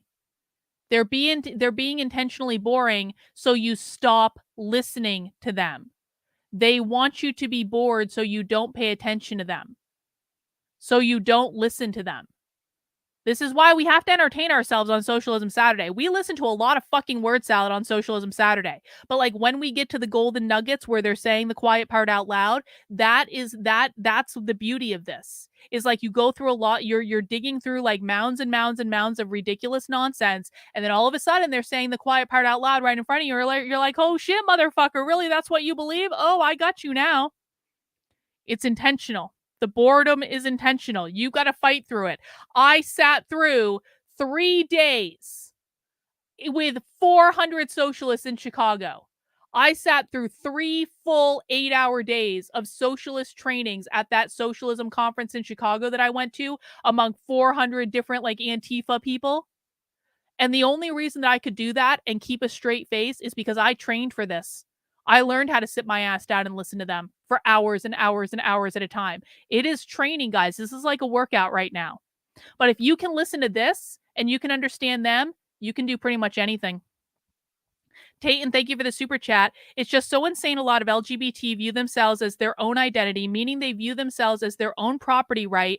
And I get this isn't an argument because it doesn't stop them. Well, it's actually funny because someone said to me the other day that like queer is the most radical form of individualism. And I was like, no, bro, it's like horseshoe theory. It's like you've gone around the bend. Queer is not radical individualism. Queer is explicitly adhering to a political ideology that's collectivist. It's like it's like horseshoe theory.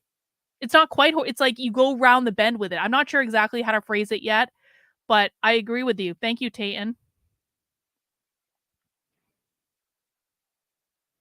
Yeah, Rottweiler says, Gamer Groiper, they're being boring. They always speak in code and big words in order to obfuscate and bamboozle people. Bamboozle is a very underused word, I think. We need to bring bamboozle back. It's a great word. Old school word. I know, bro, but it gets easier. I promise it gets easier. It gets better. Oh, I have another super chat coming in from Andrew. Thank you, Andrew. I wonder how they are so wrong about the nature of humanity to believe they can achieve utopia because they're in a cult. Are they engaging in doublethink about the number of people that won't go along and have to be removed? Well, Andrew, they've taken over the school system. They're like 2 generations away from getting everyone from the school system. There is Andrew. Well, you're in Canada. In Canada, Canada is completely socialist at this point. You guys are completely socialist. They don't have to remove people. You guys are going along with it. You guys have elected almost an entirely socialist government in Canada. You guys are allowing people to have control over your bank accounts. You guys are allowing your government to have control over your speech. You guys have gone along with it. And most people in the United States are doing that as well. Give this another 2 generations. There's no one that's going to be fighting this because it's coming up through the schools. It's all in the education system. It's completely integrated in public education. They aren't going to know any differently.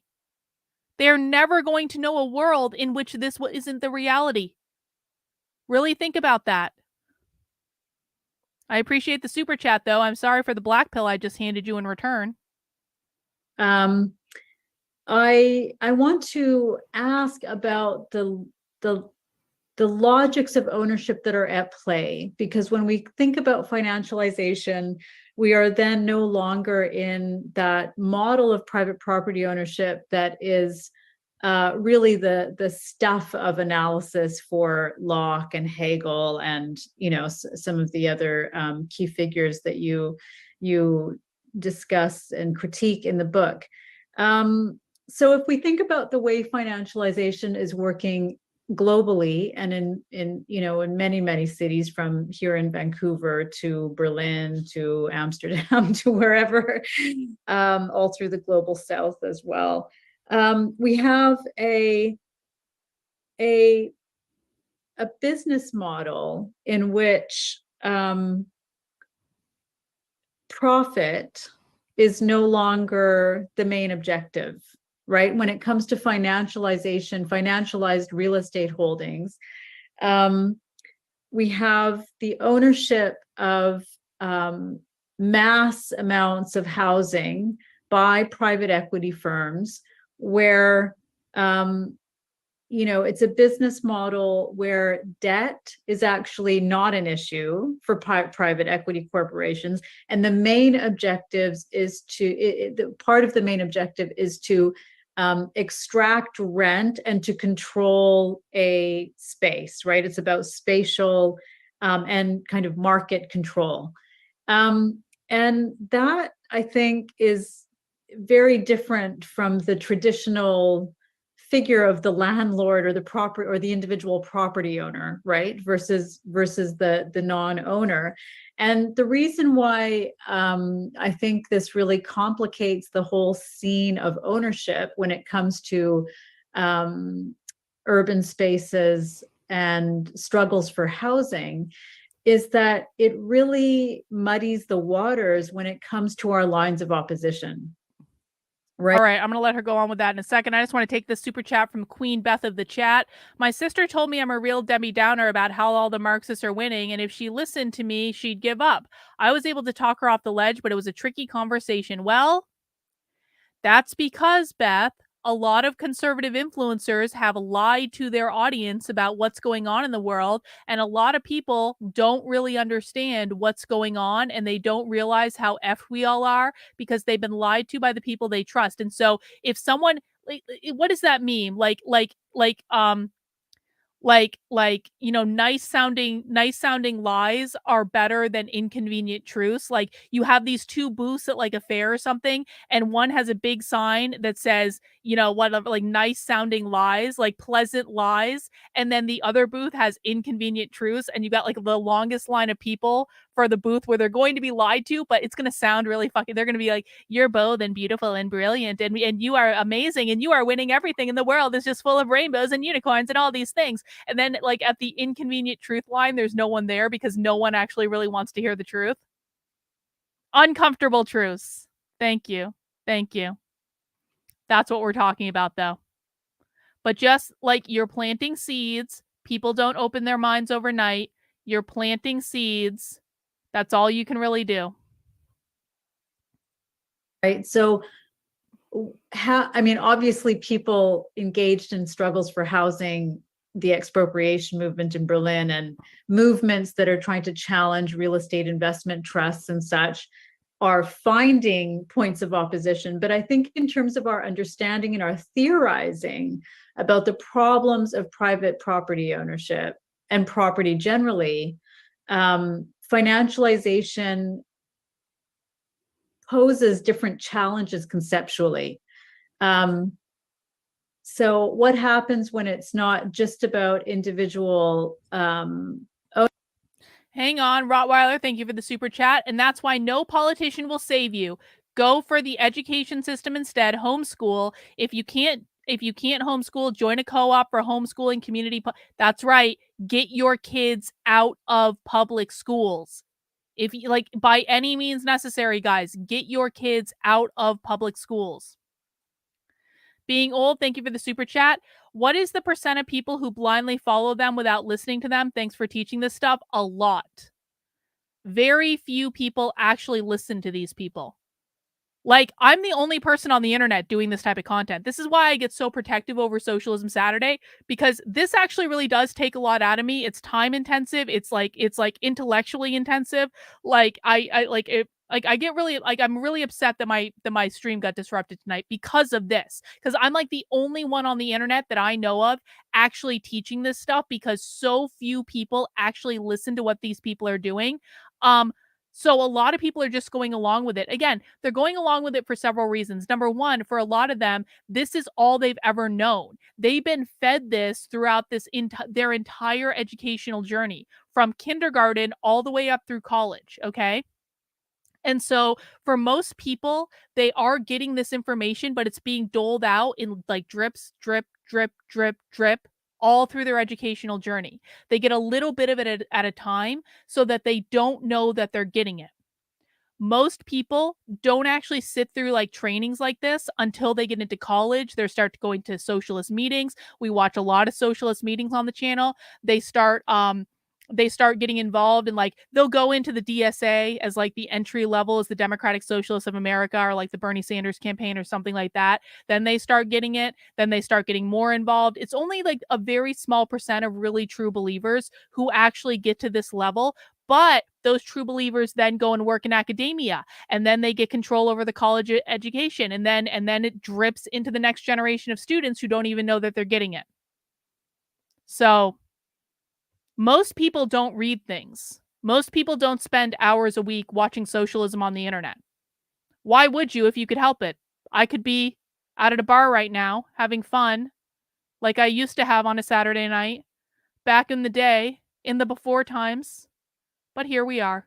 Thank you for the super chat. Ownership, and you mentioned, in your overview of the book as well, these figures for, the 10 richest billionaires who own this massive amount of stuff right around the world. But what about these, private equity, where you have firms that are, where the form of ownership is very different? I mean, we're essentially looking at the trust, the form of the trust, right? Or ownership that is widely dispersive through the device of the share. So what is the Groyper position on alcohol?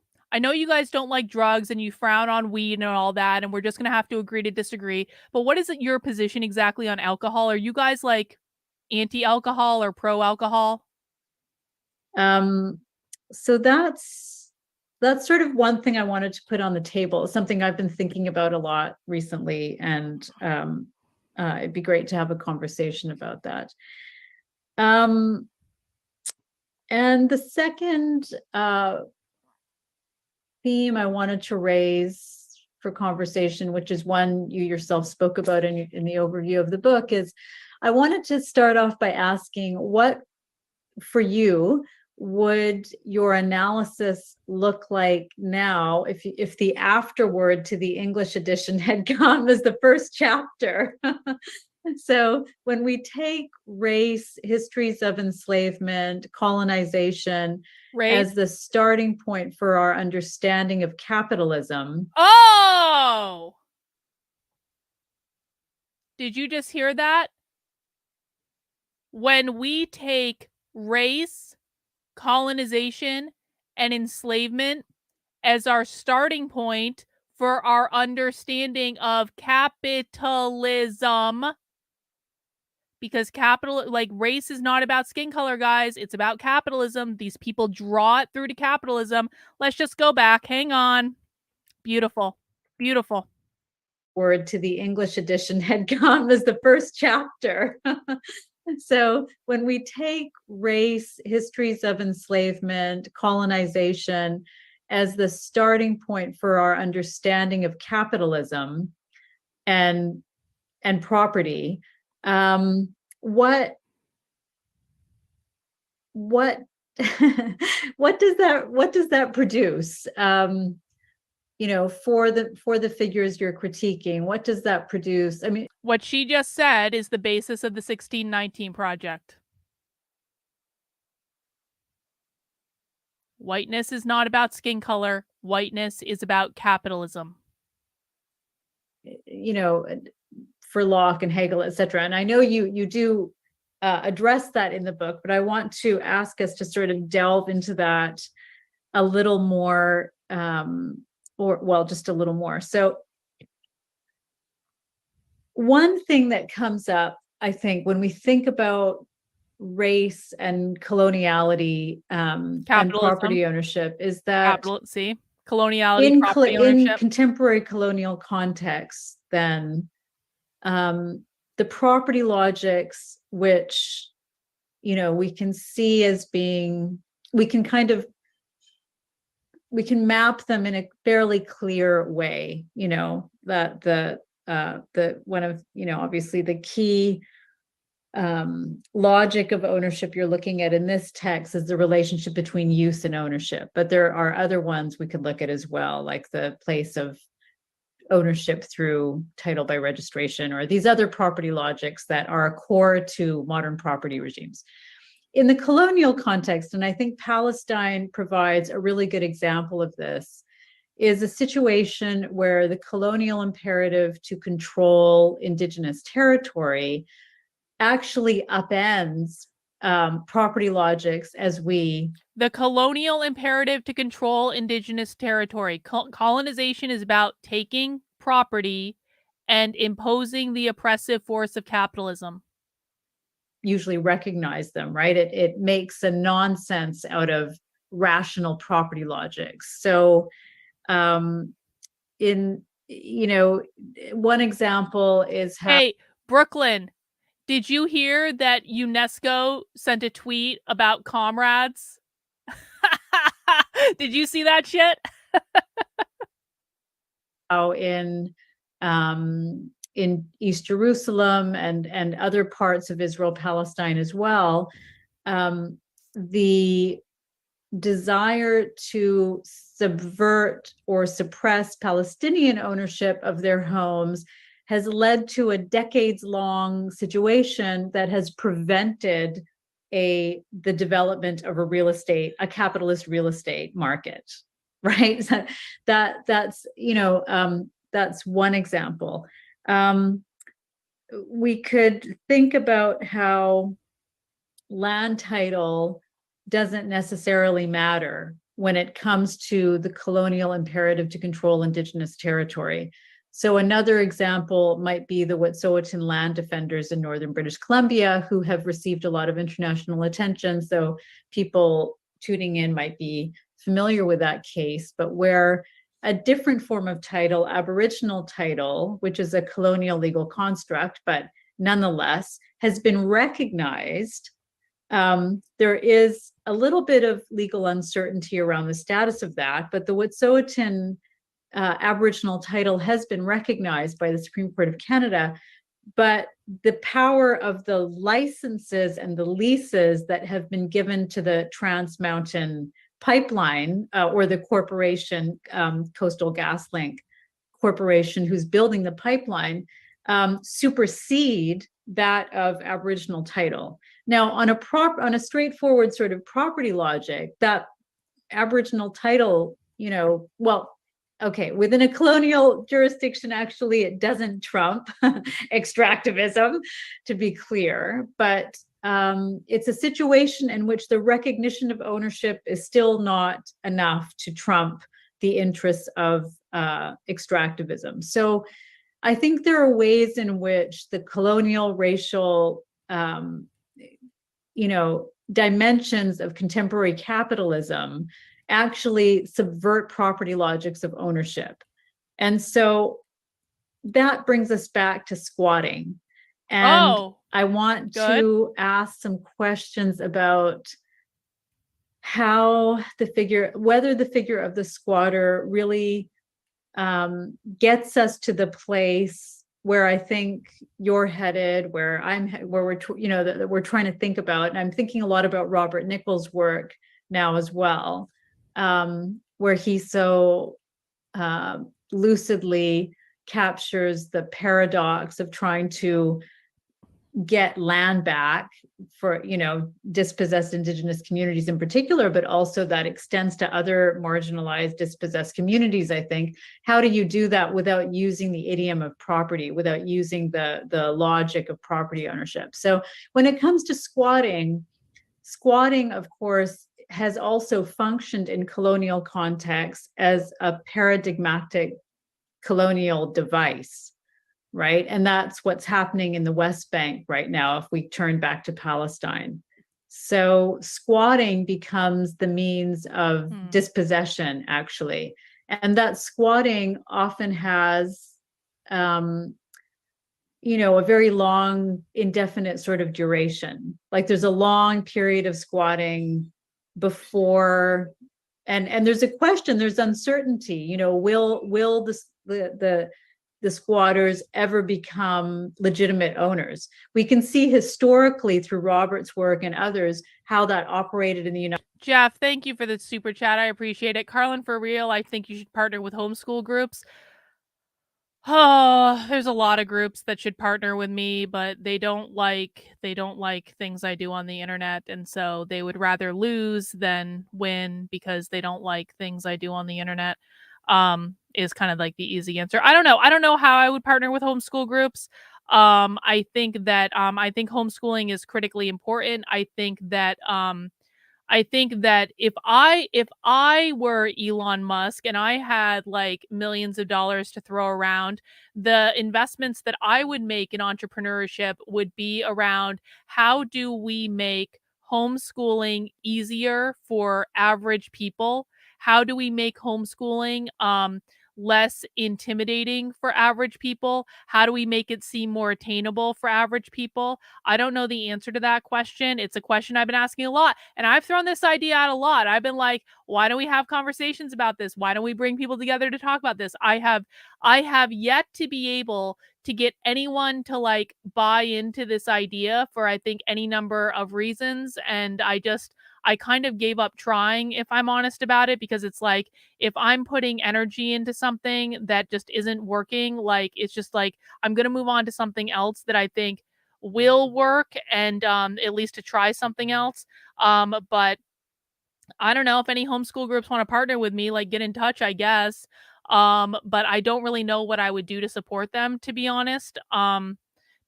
I just don't know. I don't know the answer to that question, but I think that homeschooling is the only way forward. What I'm really concerned about right now is, when do they start attacking homeschooling? When are they going to try to make homeschooling illegal?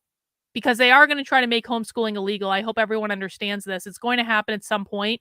I just don't know when, and that's going to be a real battle to fight. And that's something that people like. The minute that they make homeschooling illegal is the minute we are all just like, we just all better like take that fucking black pill and like start smoking a lot of weed and just like chill, because we are so fucked. It's not even funny. But I do appreciate that. Gloria says, there is someone working on that. Her goal is to make homeschooling attainable for everyone. Tell her to get in touch with me. I love to talk to her. I love to see how she's doing it. United States in the late 19th century into the 20th century. In the West Bank, that's been an ongoing struggle, right? Is Jeff.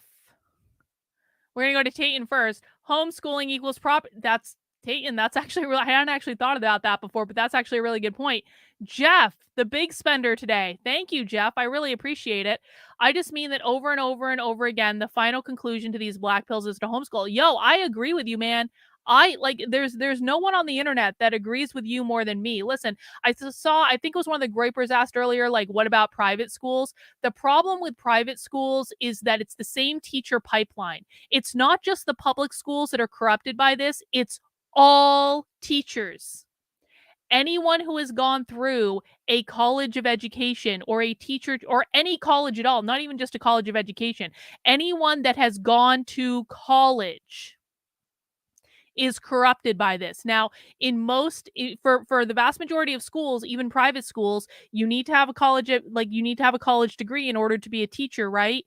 And if you have a college of education degree, that's actually even worse. Insofar as like the indoctrination goes, state boards of education require college degrees, stuff like that. There's also ongoing professional development training. So listen, like the entire teaching pool, and I write about this on my Substack.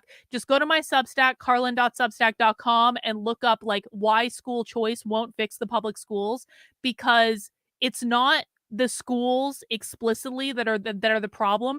It's the teaching pool. It's the teacher education programs. So whether a teacher goes into a public school or a charter school or a private school, if they've been through college, it's completely corrupt. And so, yeah, I mean, I don't know. I'm not a teacher. I don't have any experience in K through 12 education. I worked in higher education for a really long time, but I don't have any experience in K through 12 education. So I don't know what I don't know, right? I just know that homeschooling is the only thing that provides a viable solution to the problem. And it's not even like a permanent viable solution. It's like throwing sand in the gears, and it's going to be enough to save your kids. Right? It's your kids, which is all you should really be worried about right now. You can't save everyone's kids. So, Jeff, thank you again. I really do appreciate it. Are these illegal, sites of occupation going to be retroactively legitimated by the state at this point in time now, in complete contravention of international law, et cetera, et cetera? But when I think about squatting and occupation, I think about how that, things that, and of course you mentioned these are situated struggles, but just taking this category as a more abstract category, or the figure of the squatter as an abstract figure, how do we necessarily wrench these contemporary situations of squatting as a form of dispossession away from squatting as an emancipatory or radical act? And I think some of this came up in the Occupy movements, I think, in North America, where indigenous communities really... Occupy Wall Street was a socialist movement. I hope everyone understands that, right? Occupy Wall Street was the first major endeavor after they achieved the post-racialized America, which was the election of Barack Obama. Occupy Wall Street was a far-left socialist movement. In some places challenged the language of occupation as the basis for an emancipatory politics. Yeah, but I think it's a question about whether, the figure of the squatter can become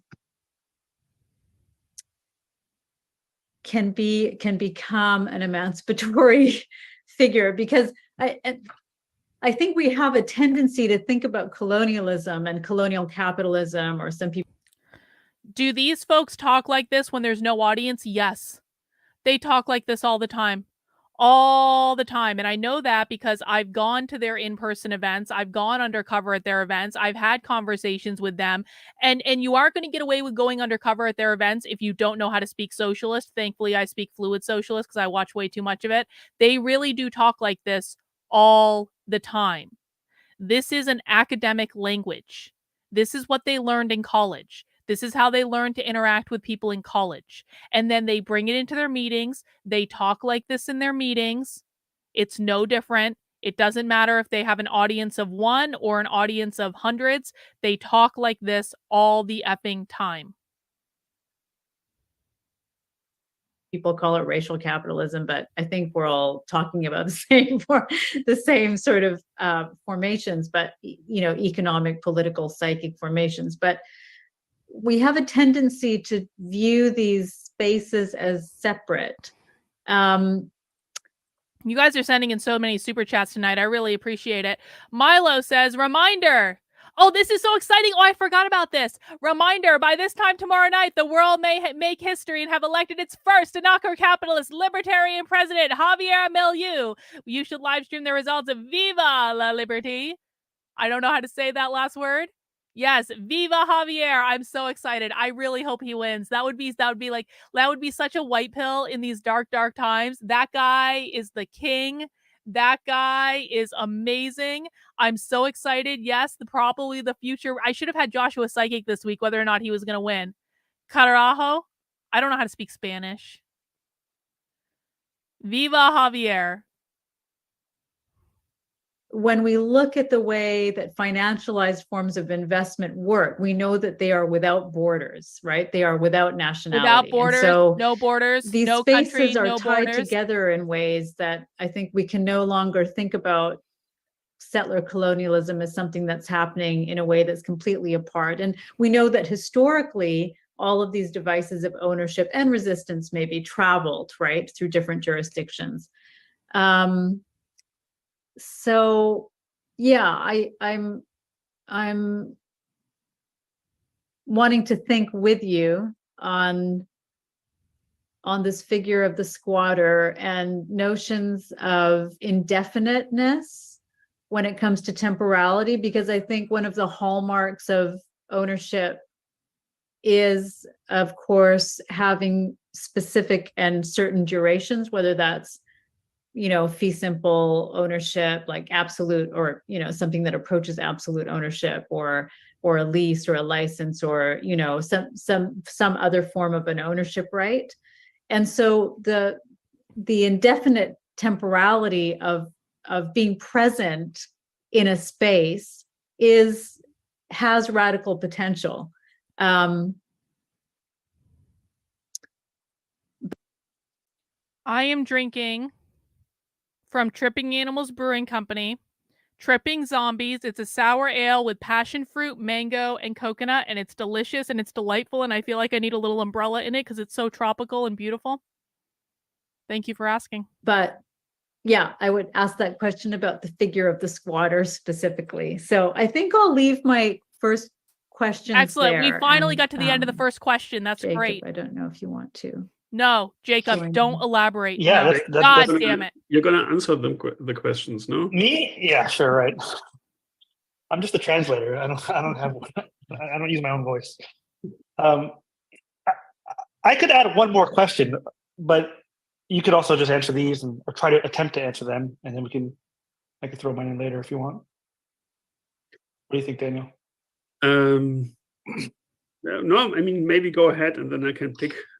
Okay, my question kind of follows one of Brenna's focuses on the kind of paradoxes of property law today and how it upends our traditional assumptions about what grants people a right to own and why.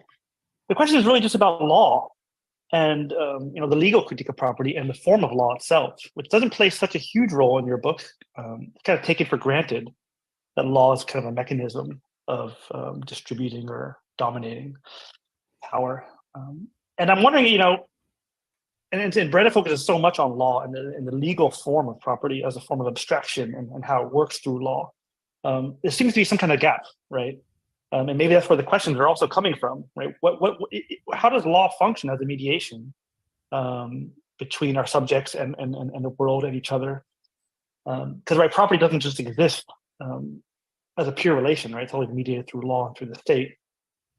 You end up, Daniel, and also I think Brenna, with very harsh critiques of very pessimistic conclusions about the possibility of law or kind of state practices rehabilitating property, for the good, for the public good. And I'm wondering if, why not? If property can be utilized by private actors through law and through state power to serve their own ends, then why can't property be forms of property, other kinds of property be utilized through law and through the state for public ends or for common ends, for social ends? I know you talk about this a little bit in your first critique, Daniel, but there are non-simplistic versions of that argument, ways of demanding public ownership and ways of utilizing law, manipulating law. Is that naive of me to? So what he's basically saying is, if people can do what they want with private property, why can't we use the law to do what we want by collectivizing property? So they're basically the discussion is like, how can we utilize the legal system to take property from privatized to collectivized? This is what decolonization actually looks like in most instances. Decolonization, most of the time, doesn't look like what is going on in Palestine right now. It looks like using coercive legal means or hacking the system or looking for ways for like undercover covert policies. Exactly. How do we hijack the system to do what they want? Most of the time, decolonization is so under the radar, you don't even know what's happening. They're talking about, how do we find legal loopholes to take private property and decolonize it to make it public or collective? Does everyone understand? Exactly. AKA use squatters to take property from property owners. Exactly what happened at the Red House in Portland. That's exactly right. How do you use the legal system to negate private property rights? Exactly right. I think, because many people would say, no, it's unrealistic to think we can just abolish property, right? We have to really change the law. That's where the conversation starts. That's my It's unrealistic to think that we can just abolish property, which is what is called for in the Communist Manifesto. We have to change the law. That's what decolonization looks like, guys. That's what it looks like right there. Let's listen again. It's unrealistic to think we can just abolish property, right? We have to really change the law. That's where the conversation starts. That's my question, is the question of law. Okay, thank you Cheers. both so much for these challenges. I will try to go through them simply one by one, and I don't have a good answer to any of them actually. So maybe somebody else can help. Brenna, the phenomenon of financialization, you described it a little bit as a... And as Sarah with an H is pointing out, they've already done this. They've already done this to change laws in Portland because of the Red House incident, that you can't remove squatters. Are there any landlords in the chat right now? Do you guys have any idea how hard it is to evict tenants from a building that you own? It is incredibly hard to evict a tenant. It can take months and months and months. It's not easy. It's not as easy as saying GTFO. It is a process. That is because these people are changing the law to get rid of private property rights right in front of us, happening right now. This was a couple of weeks ago. This is a very new presentation. This is 3 weeks ago. A breaking away from a more classical logic of property owning, especially in housing. And that is something that I didn't quite understand. Maybe I would intuitively see it not so much as a change rather than a radicalization of a logic that was always inherent to a property-based regulation of housing. So, I mean, the abstraction that you describe as a feature of colonial property regimes is always a feature of property, and you see this in the philosophers, especially in Locke when he introduces money suddenly, but also in Kant when he talks about intelligible property. you always presuppose simply, you start with the assumption, in order to use something, it has to be mine. My neighbor cannot simply come and take it from me, so it has to be mine. And then they all have the problem to justify that something can be mine that I'm not using. Like, for example, my second house or my yard or whatever. And then they come up with all kinds of constructions. And that, I would say, is inherently what property is. It has to be something else than use. If it were just mere use, then you don't need the legal regime around it.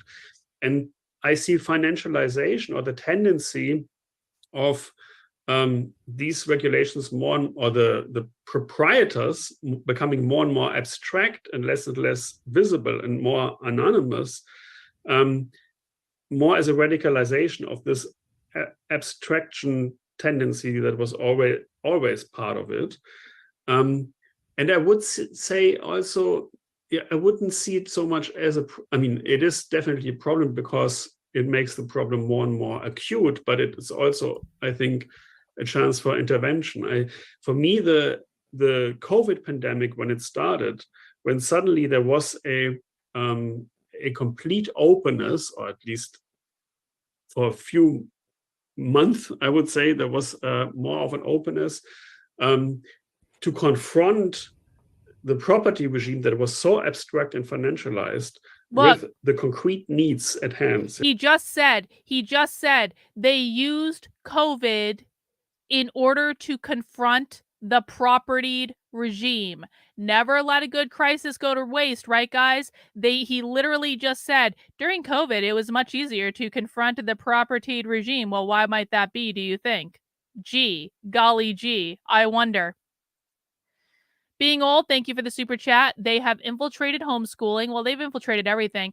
Please vet what co-op you use. I ran into these people. My kids are in their 30s, no government diploma, and very successful. Learn from Carlin, especially vocabulary. Hey, I really do. I really do appreciate that. Yeah, I mean, listen, like the deal with like homeschooling though is like, listen, you guys got to be comfortable with the fact that if we do privatize schooling, leftists use homeschooling too, and so there are going to be leftist homeschooling things like believing in real freedom in education means believing that that people have the right to send their kids to a homeschool co-op entirely run by drag queens to learn all about queer Marxism if they want to. And that's the hard pill that conservatives have to swallow. Homeschooling is not just for conservatives. Homeschooling is for everyone. And so if parents want to fuck up their kids by sending them to a homeschool co-op entirely run by drag queens and queer Marxists and non-binary people, they have to be allowed the freedom to do that, because it's that freedom to fuck up their kids that gives you the freedom to get your kids the education that you want them to have. We cannot save everyone else's kids. You just got to focus on saving your own kids, sadly, right now. There are both medical needs as well as needs in housing, and people started moving into these houses. Nobody knew who the owners were because there were some international conglomerates, and you don't know exactly where they are, who they are, but people start moving into these houses and start challenging precisely because of this radical financialization. For me, that's always the flip side to this tendency. But maybe you have to explain this to me again, why you see it as not so much about profit, but about control, or about controlling these spaces. I'm not sure if I fully understood this observation. So the other two questions are even more challenging for me, because I would admit that if you take race and racial capitalism and colonialism as a starting point rather than an addendum, I would admit that something changes. You have to formulate your property critique in a different way if you do that, and it becomes much more complicated for various reasons. And one of the reasons is, Peyton, thank you for the super chat. Listening to the crowd, you should get the book. What's it about? Let me know in the chat. I don't know what it's about. Thank you, though. that I think property, the subjective element of it, or the fantasy element of it becomes much more important. Yeah, so this term introduced by W.E.B. Du Bois of the wages of whiteness, or the wages of whiteness as property, this essay by Cheryl Harris. I think we just watched Cheryl Harris earlier this week. Whiteness is property. You can find clips from Cheryl Harris talking about whiteness as property, because whiteness is not about skin color groypers. Whiteness is about private property. You can find those clips literally on the front page of my Substack right now, which is Carlyn, KARLYN.substack.com. So you can see how it's all related. The lady we watched earlier this week talking about capitalism and private property as forms of whiteness is coming up again in the far left socialist presentation, where they're talking about using the law to get rid of private property. Do you guys see how this is all related? This is all coming from the same place.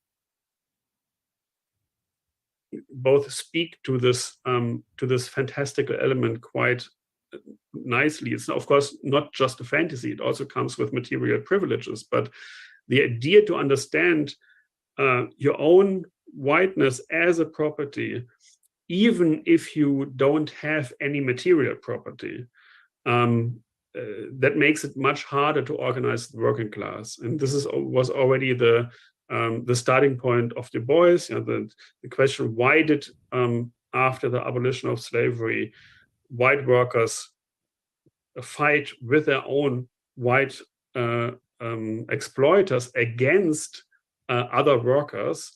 And the answer is because as compensation for their loyalty with the system, they gain something in addition. Why do they call it whiteness? Because they are using race as a construct to try to gain power, to destabilize the system. It's not just whiteness that they use as code word for capitalism. They fascism is a code word for capitalism.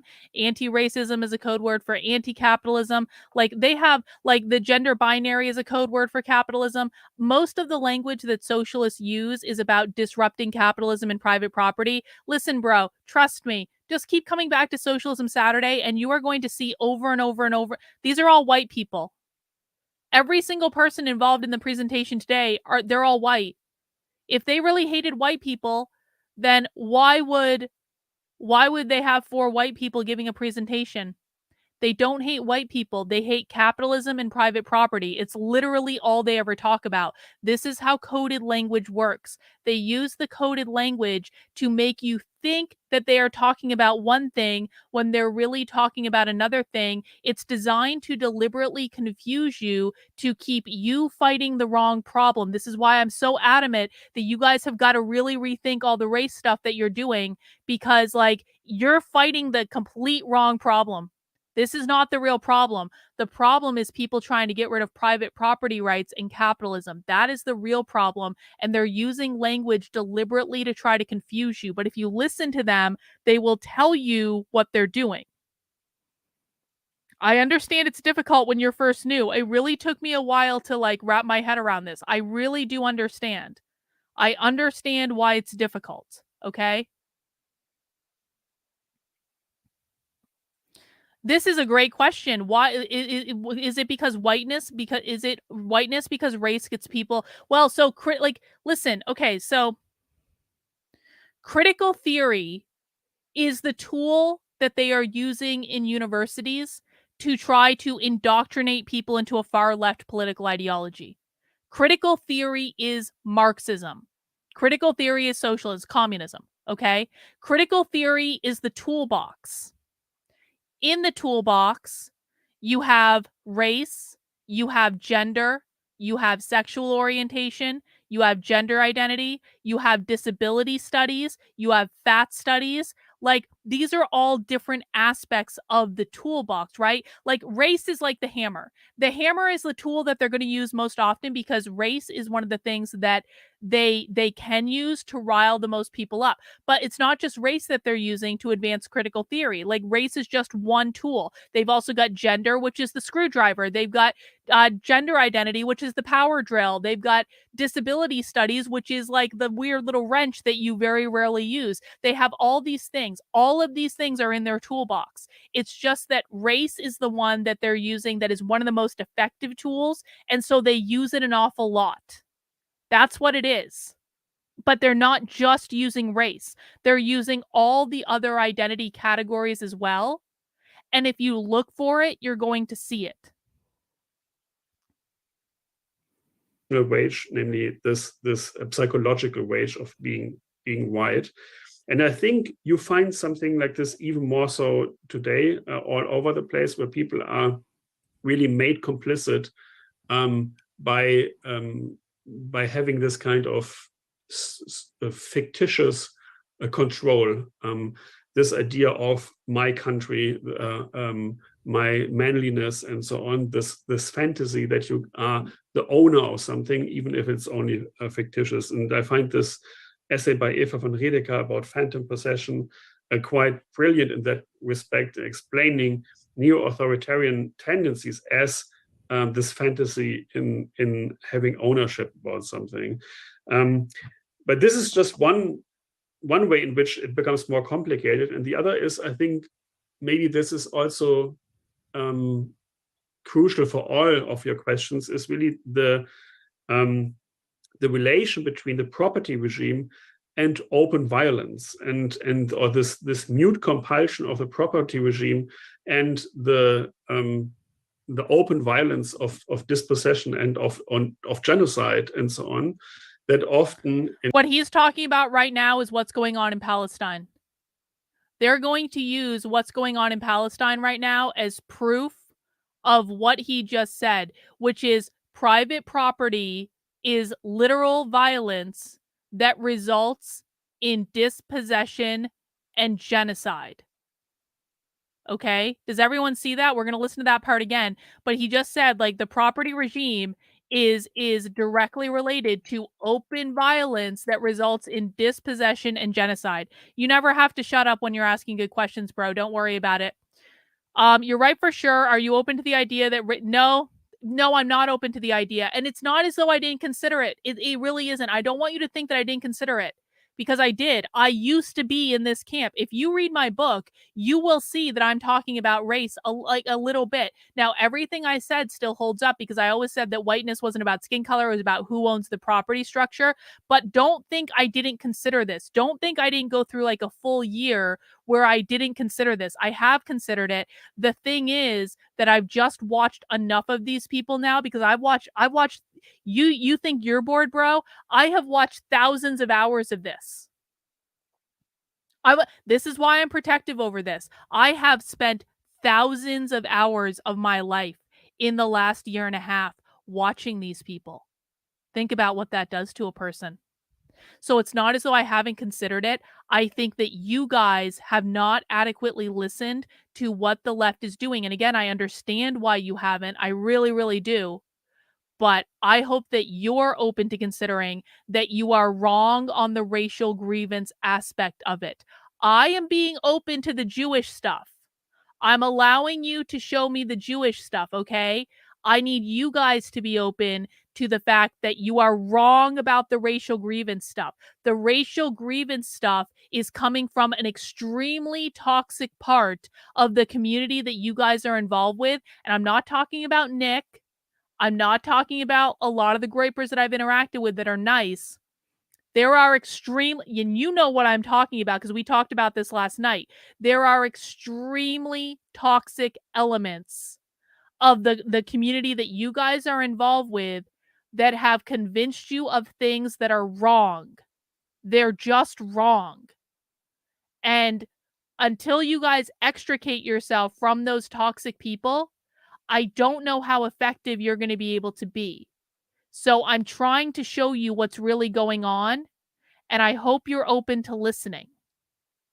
And we can keep coming back. We can keep answering questions. See, you know they're not good news. You know they're not good news. I know they're not good news. I think deep down inside, Nick knows they're not good news. Counterproductive, bro. The real problem is far more dangerous than the racial stuff. It really is.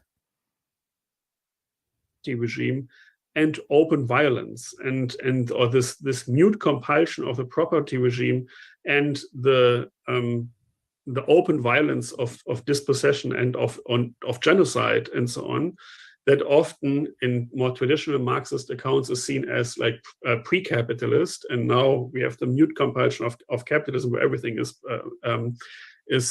soft and not so physical. Whereas in reality, or at least if we look at racial capitalism's concrete conjunctures, we see how the extractive violence and the direct exploitation goes hand in hand with the mute compulsion and the mediation via the market. So I think sometimes in some cases, and I think this is what you described with the Palestinian case, but also in other cases where Aboriginal titles or indigenous people claim property rights within the property regime, still the sheer violence or the extra legal forms of violence can trump this. So there are two different elements that are actually constitutive for the capitalist order can get into conflict with each other, and then the racial order prevails even against the abstract property title. I hope this is clear what I mean. And with the squatting, I mean, I would like to. I see the point, of course, with the discussions about occupation, and I also see it with respect to the question of the commons, where there's a discussion with let's just declare natural resources the commons, and then indigenous people or indigenous scholars object and say, this is actually our land. It's not. And then the property-like claim becomes more emancipatory than this abstract commoning or the attempt at commoning everything. So I think this is a really complicated discussion to be had. I would like to reserve the term of the squatter actually for the emancipatory. So I would see it as a danger that squatting can turn into a new form of occupation, a colonial occupation, or can turn into a new form of property. Oh, but they're concerned that squatters can turn into capitalists. Isn't that funny? They're concerned that squatters are going to abuse their privileges as squatters to turn into evil capitalists. I do not support racial discrimination against anyone, whether they be black, white, brown, Asian, even Jewish. I don't care what people's skin color is, and I don't think anyone else should either. We're like, we can disagree on the identitarian stuff for the moment, but I would not like to give the term to the colonizers, simply because I think it is important to have a common denominator of property challenging practices that we like and that are at least in principle able to establish a challenge to the property order, as you said, like over time. Yeah. So speaking to the indefinite nature of it, not just as a temporary interruption, but as like a completely new relation to the land and to other people that escapes the property order altogether. And I see this is really as the potential of the concept of squatting, yeah, to really uphold a distance to becoming an owner over time, yeah, not just move in and then be kicked out, but really think about the question, okay, now we are in this house, now we have the power, now we have a territory, how do we deal with this in a way that does not re-establish property orders and that also does justice to internal hierarchies that organizes relationships differently and so on. So that's why I would acknowledge the challenges, but still would like to terminologically reserve this term, at least this one. And Jacob, yeah, I mean, I'm not against, people who are for more social housing or people who, demand. Well, and I'm open to having this discussion, but Marx also didn't like Jewish people. I would recommend go back and watch last week's Socialism Saturday if you have a chance, because we literally watched a whole episode about Marx's paper on the Jewish question. You can also look up Marx's paper on the Jewish question. Marx did not like the Jews either, whether he was one or he wasn't. He did not like them.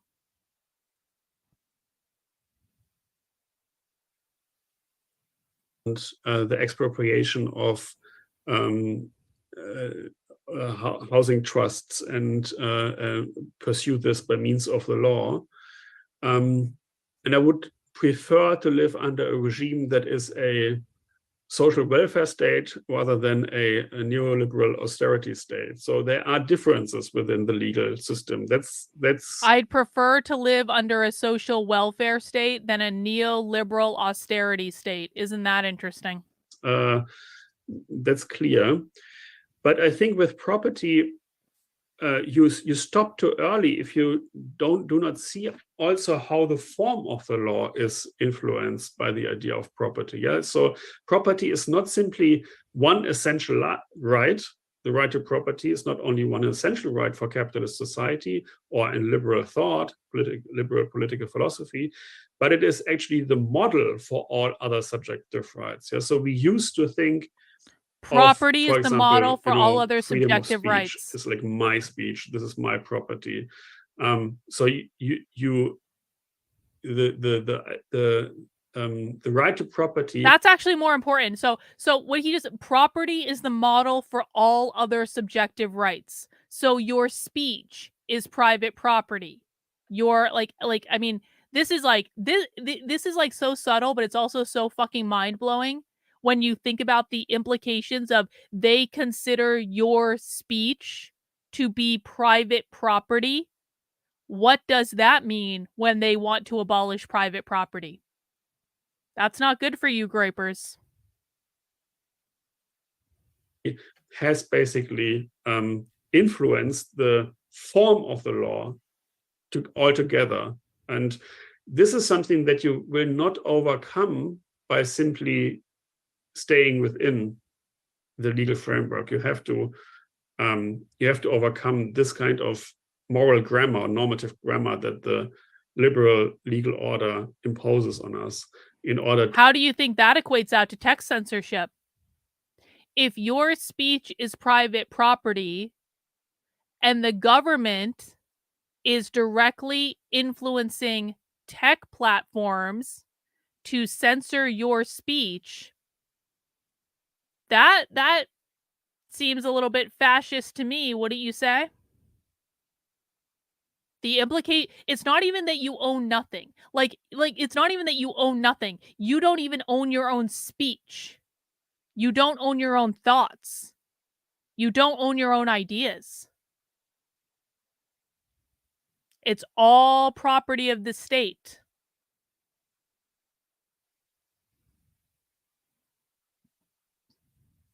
To make different forms of connections. Yeah, I wanted to respond to the law question as well. I always feel a little bit guilty about speaking too concretely about law when we're having a more philosophical conversation about theories of ownership. But I think law. I think that was really insightful to point out that law is actually what's mediating even the conversation between these two things in terms of the concrete devices that are used to dispossess, et cetera, and then the rationales underlying them. In terms of pessimism about the law, I think that there's a lot the state could do, in fact, to render current property regimes much less violent. And so through things like taxation, through rent control. I mean, all of these things that sound utterly banal and quotidian, and in fact have already existed not that many decades ago. The state could do a lot to make property ownership far less valuable. And I think that's one way in which we work towards the abolition of property, is to make it less attractive, less valuable, etc., and put other things in its place for the provision of housing and other forms of social welfare. Thinking a bit more broadly, I think when it comes to law and property, we have to recognize the ways in which violence are absolutely fundamental to the instantiation of laws of property. So violence is fundamental not that to it's property. Extra legal violence, or it's violence that's treated with impunity. Violence, when it comes to basic forms of dispossession, the law and the state rely on the exercise of individual forms of violence when it comes to, let's say, settlers in colonial contexts.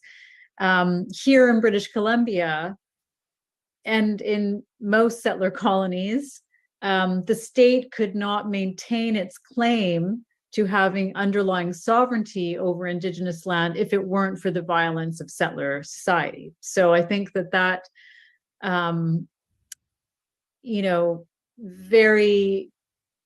that manipulation of what is ostensibly a public and private realm is actually central to colonial legal regimes. And I think that, sort of going back to the financialization question, I don't disagree with the way you characterized it, but I do think that, and maybe this is coming more from thinking about it through a legal frame, I do think that there are different legal forms operating that they're not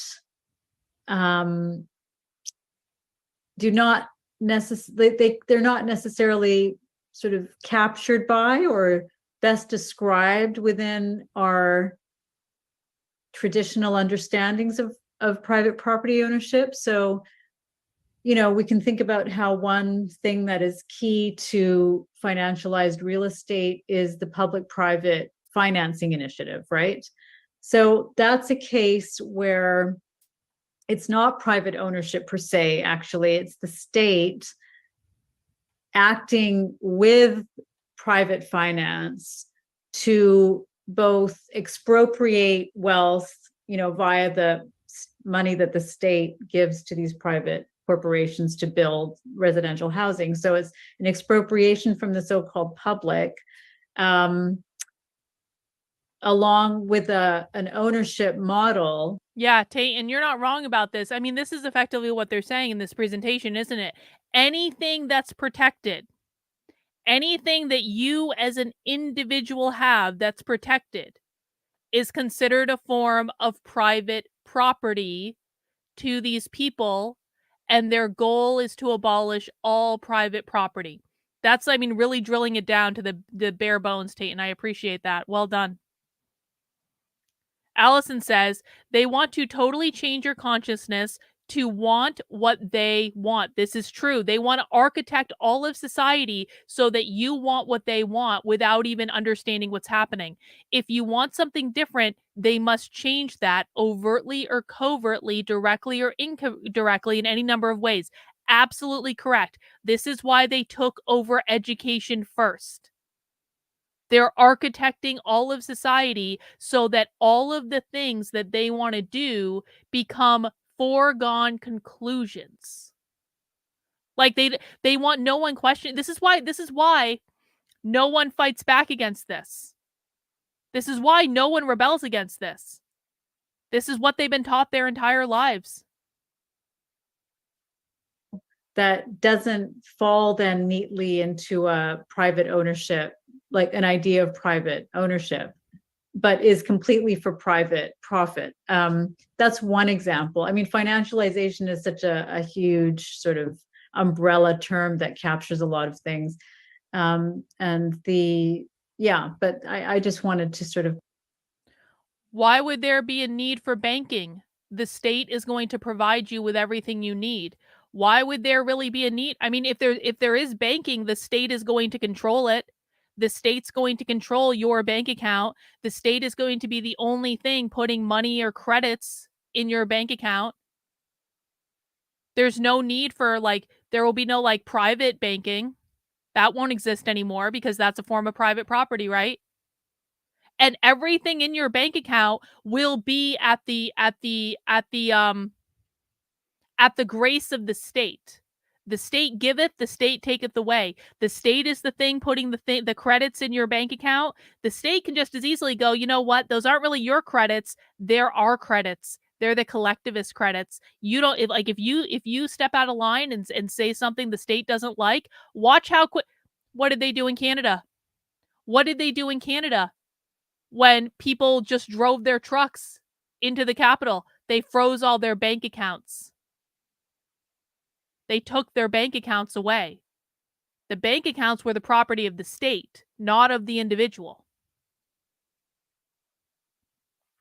Oh, food. Oh, this is some shit right here. So what they want to do is they want to build community kitchens. We've actually done streams about this. They want to build community kitchens. They do not want you to have a personal kitchen, a private kitchen in your home. They want you to get rid of your stove and your oven and your refrigerator. They claim that you can keep your private kitchen if you want to, but what they want to do is build community kitchens within their 15-minute cities where when you want food, everyone goes to the community kitchen where the food is communally prepared. I have them on video saying this. You go to the community kitchen, you get your food there. We talked about it last week. They said you get a ration of 2,000 calories a day or whatever. You go to the community kitchen, you get your 2,000 calories a day. That's where you get your food. I have them on video saying this over and over and over again. That's how they're architecting society, to make sure that you don't mind giving up your personal private kitchen because you're not going to have a need for it. Everyone's going to go to the community kitchen for everything, and you're going to get your rations and you're going to get what you get. And if you decide you don't want to do your job, then you don't get your rations and you don't eat in the community kitchen. Tayton, thank you. Lindsay, James Lindsay has it right. Maoism with American characteristics. It's literally straight from Mao's playbook. Oh yeah, Lindsay's all over this. Lindsay knows what's going on. Absolutely. Put that on the table. So, well, remember, there are no private farms anymore. No private farms. Every farm is owned by the state. Everyone working on every farm is the state is controlling the means of production. The state is controlling the farms. So they're not taking it. The farms are owned by the state. There's no more private farm ownership. Everyone's just working to produce what's required to meet the needs of the state.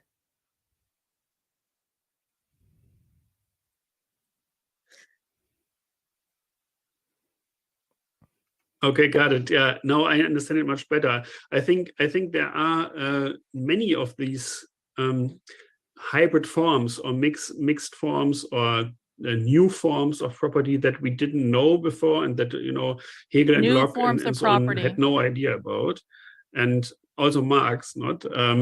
And I do think this is important in a sociological way to analyze them. I mean, one other phenomenon I think that really poses problems for a more schematic critique of property is the sharing economy. So if you look at people actually already sharing houses, Airbnb and Uber and so on, who owns them, who controls them, and so on. So it is much more complicated than simply to say that there is an owner that has an absolute control, like the Roman pater familias over their dominion. because it is so hybrid and it's always already interrupted by.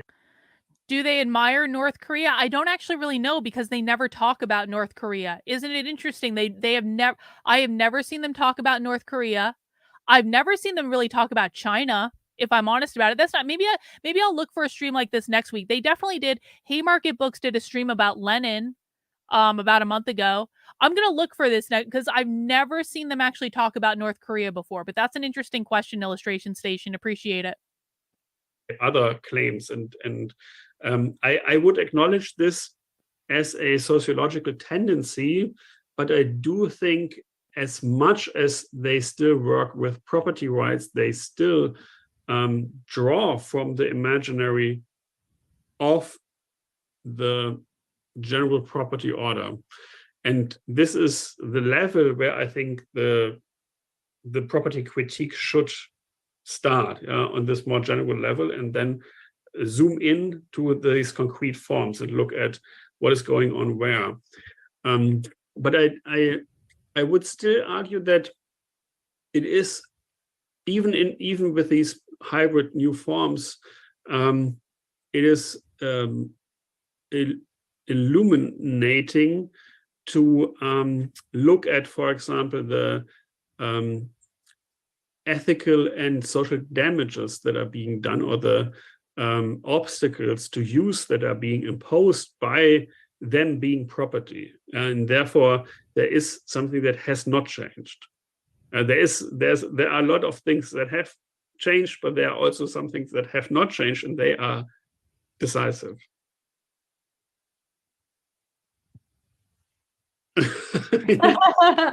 I don't know. Sometimes I think that, as property theorists, we end up, I'm not sure. I'm still, I wonder what sort of political grammar, and also what kinds of concepts, what kind of conceptual work do we need to do to really grapple with these newer forms of rent seeking, profit generation, capital accumulation. I think that it seems that, as property theorists, I feel like we need to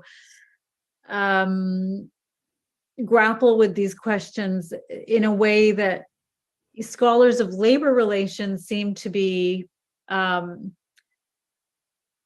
kind of making different forms of progress in understanding this, the world of Airbnbs and the Uberification of labor relations, etc., in a way that I think housing scholars obviously have been, analyzing and grappling with the realities of financialization for quite a while now.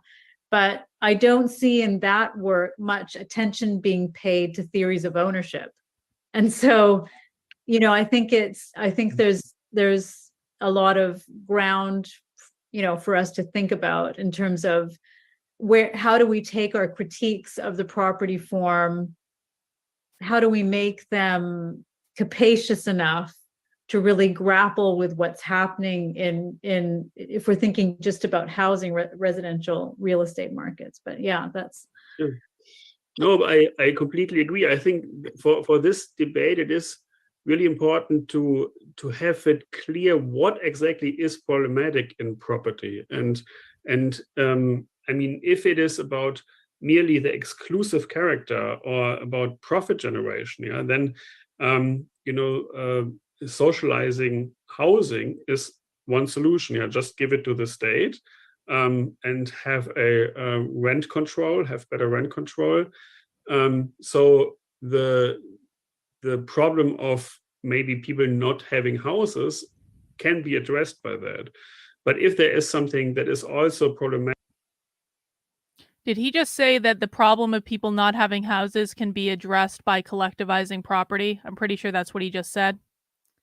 Rottweiler says, yes, they do like China because, as Mao said, they have socialist discipline and centralized democracy. Remember, they also criticize liberalism. I mean, I don't want to it's not that I don't trust you, Rottweiler, because you're like usually like almost 100% of the time, like completely on point. I just haven't heard them talk about it. So I'm not suggesting they don't like China. I'm not suggesting they do like China. I haven't heard them talk about it either way. And so I don't know. I don't know. But I mean, I think you're probably right about that. I mean, they don't shit talk China. So that's something, right? They're long-winded because they want to bore you into not listening to them. This is part of the coded language. They want to bore you into not listening to what they're saying. I know it's painful, bro. This is why we try to keep it light and we have alcohol and stuff like that. It makes it easier. About the relating to the social good of housing in terms of property, or if there is something inherently problematic in the question of the racial imaginary that it creates, the question of what kind of public does it create, who is excluded from this public, and so on. If we think of housing as property, then this is not solved by simply having a welfare state taking care of housing. Then you have to come up with other democratic forms of controlling it. Then you have to think about, okay, who has even access to the welfare state systems? Who doesn't have access to that? How can you combine a politics of the commons with the politics of the sanctuary, of providing resources to people and so on? So I think it has to go both ways. So there needs to be a legal and sociological analysis of the emerging forms of property, and at the same time, a philosophical differentiation of the different forms of damages and abuses imposed on us by the property regime, and on the other hand, the social goods that we see, for example, in housing. What is housing about? What is it? We have to collectivize property. We just have to, because it provides people with homes. Don't you want people to have homes? Don't you want people to be taken care of? Collectivizing property is a way of doing a social good, of providing people with homes, because the propertied regime is an inherently violent regime that wants to keep people from having homes. You don't want to keep people from. That's what they're doing right now. That's what they're saying. And this is how they get their useful idiots. This is how they appeal to so many people, because they're like, we just want people to have homes. We just want people to have homes. That's all we want.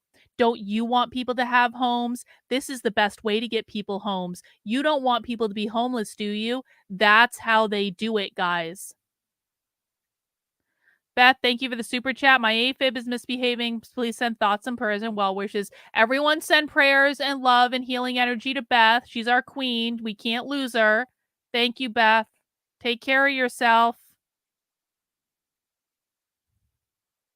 It's inherent character. It's not simply about having shelter. It's also about relating to other people, about cohabitating and so on. So, yeah. So I see an interdisciplinary exchange. Yeah, let me just jump in here for a second, if I could. It seems like there is some maybe ambiguity that Brenda is pointing out here. When we start to challenge the justifications of the property order today, where Daniel, you're challenging these kind of ground level justifications that are being used, and yet the practices in which ownership functions don't always match up with those very justifications anymore. So where it's like, sometimes are we criticizing forms of justification of a property order which don't rely on those justifications anymore? So are we shooting at old targets? Maybe is one way of thinking about it that Brenda's saying. And I think Daniel is saying no, right? These are just radicalizations. I'm going to just play both sides here. Daniel's like saying these are radicalizations of the same logic, and we're just spelling it out. But I think there is some ambiguity, and there are key books on property theory like every 50 years that say actually things are different now. Like this old book on what's it called, Private Property in the Modern Corporation by Burl and Means. A very, very old text which also kind of tries to differentiate forms of property today, or legal scholars pointing out the different kinds of actual practices that and the justifications don't really apply to them anymore. So for instance, there's this like popular property book that came out a couple years ago called Mine. I don't know if you heard about it. Mine with the exclamation point. And they just kind of go through various standard like ownership, axioms, like first possession like grants you title, or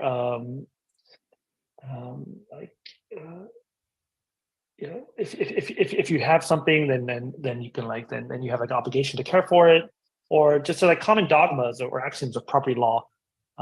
And they just kind of upturn them. They say actually like a lot of these don't actually work in practice anymore, and the law kind of goes around them, and there are different interests being utilized.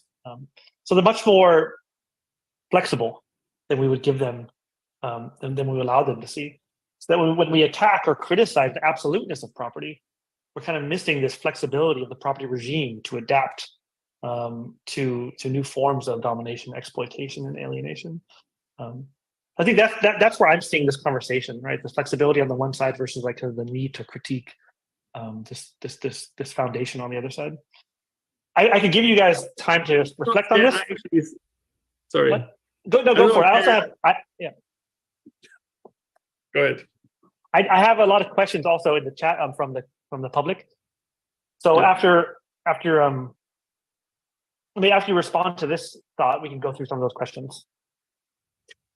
Yeah, I was just going to say, I don't think there are sides. I mean, at least I don't understand it as like an opposing side. I would just say we need to do both. I mean, of course, the property regime has probably never worked the way that Kant and Locke and Hegel imagined it.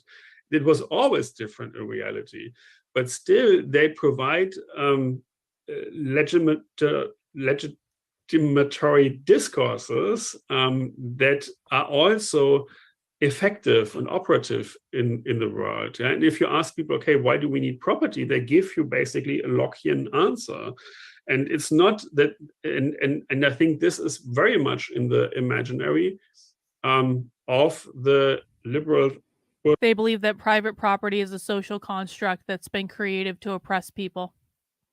That's kind of what he just said. They believe that private property is a social construct that's been taught. People have been taught that they need private property as a way to oppress them. Bourgeois subject. Still, you're a bourgeois present, subject. Very much present. Not only in terms of justifying property, also the idea of achievement. If I work hard enough, I can make it, and so on. But this is my country. Take our country back, and so on. So these very traditional, very old, and never changing property justifications are very much at play. But of course, you also have to look at the new forms and see, and I think this is what Brenner wants us to do, is like also to see how the front lines shift and what does this mean for concrete struggles. And this really is a quite complicated task. I mean, look at I don't understand. I mean, what does it mean that Elon Musk buys Twitter? Like, what does it mean? Like buying this? It's just people posting stuff. Yeah. Exactly. What does he own and so on? So is this really property? Does he have absolute control? I mean, holy shit. Holy shit. Thank you, Tate, for the super chat. What did Elon Musk really buy with Twitter? What does he actually control? Let's just go back. Let's listen to that again. What does it mean that Elon Musk bought Twitter? Did he actually buy anything? Is it actually even his? What does he control? Can the state just take it away? Which is not as though the government hasn't tried and isn't trying right now. And this really is a quite complicated task. I mean, look at I don't understand. I mean, what does it mean that Elon Musk buys Twitter? Like, what does it mean? Like buying this? It's just people posting stuff. Yeah. What does he own and so on? So is this really property? Does he own? Have absolute control? I mean, just plus. What does he own? These people quite literally have no idea that buying Twitter came with not only intellectual property, but physical assets, because Twitter owned a lot of physical assets. Had the intellectual property, had the platform, it had the software, had all the shit in their offices all over the place. That's crazy. What did he actually buy? Well, a lot of stuff. $40 billion dollars on this. He doesn't have control over it. It can go away like this. It's not clear if the Twitter users are actually consumers or producers in this product. So there is a lot of really interesting and complicated things going on. And it also has different implications for the strategy, depending on how you analyze it. Do you want to create publicly funded social platforms? Do you want to organize an exodus to another platform? Do you want to expropriate Musk and so on? So I think it does make a difference what your analysis of contemporary property structures is, but in analyzing them, we should think them together with their seemingly eternal justification strategies. Any thoughts, Brenda, or should we go on to the questions? I'm curious to hear the questions. Okay, great. So I'm going to combine some of these. This is for Daniel. You write about the concept of repair and reparation in your work. So how do they work to help criticize property? Like what are their limits, and can it be extended to kind of ecological and planetary questions as well? That's one of the first questions. I'll give the next one too. Okay, the next one's for Brenna and for both of you. We're moving into the Q&A now, which, I mean, this is a really long stream, guys, and I thank you guys for hanging in. This is taking a lot longer than I thought it would be, because the first part of my stream got fucking disrupted. So I appreciate everyone that's still here and hanging out, but we're about to get into the most important part of the presentation, which is the Q&A. The Q&A is the part where they tend to say the quiet part out loud a little bit more. So thank you guys for hanging in. We do Socialism Saturday every Saturday at 6 p.m. I appreciate everyone who joined. Please make sure you have mounted that like button for me. And please make sure you are subscribed to the channel if you're not already. I apologize to Deb over on Rumble. I didn't see this chat until just now. I wasn't doing my best paying attention. But Deb says, off topic, Carlin, what is your knitting style, English or continental, a variation? I struggle with knitting as much as socialism. I am an English style knitter because I like tossing. I like the rhythm of tossing. I tried learning continental. It didn't really work. I did Peruvian knitting for a while. Peruvian knitting is actually kind of cool. You put the yarn around your neck and you just do it with your thumb. It's cool. But at the end of the day, I like tossing. I like the flow of tossing. And so I'm an English style knitter. Thank you for the question. Appreciate it. You about the idea of the self-possessive individual and the way that works in each of your research? How does the self-possessive individual work in your research, and does the concept of the individual miss some of the social and natural preconditions for self-possession? That's what it says here. And one more. In the first chapter, Daniel, you discuss Marx's call for the emancipation of the senses through the abolition of private property. We must abandon private property to become fully human. But private property is not enough on this account. Why would common property limit human emancipation?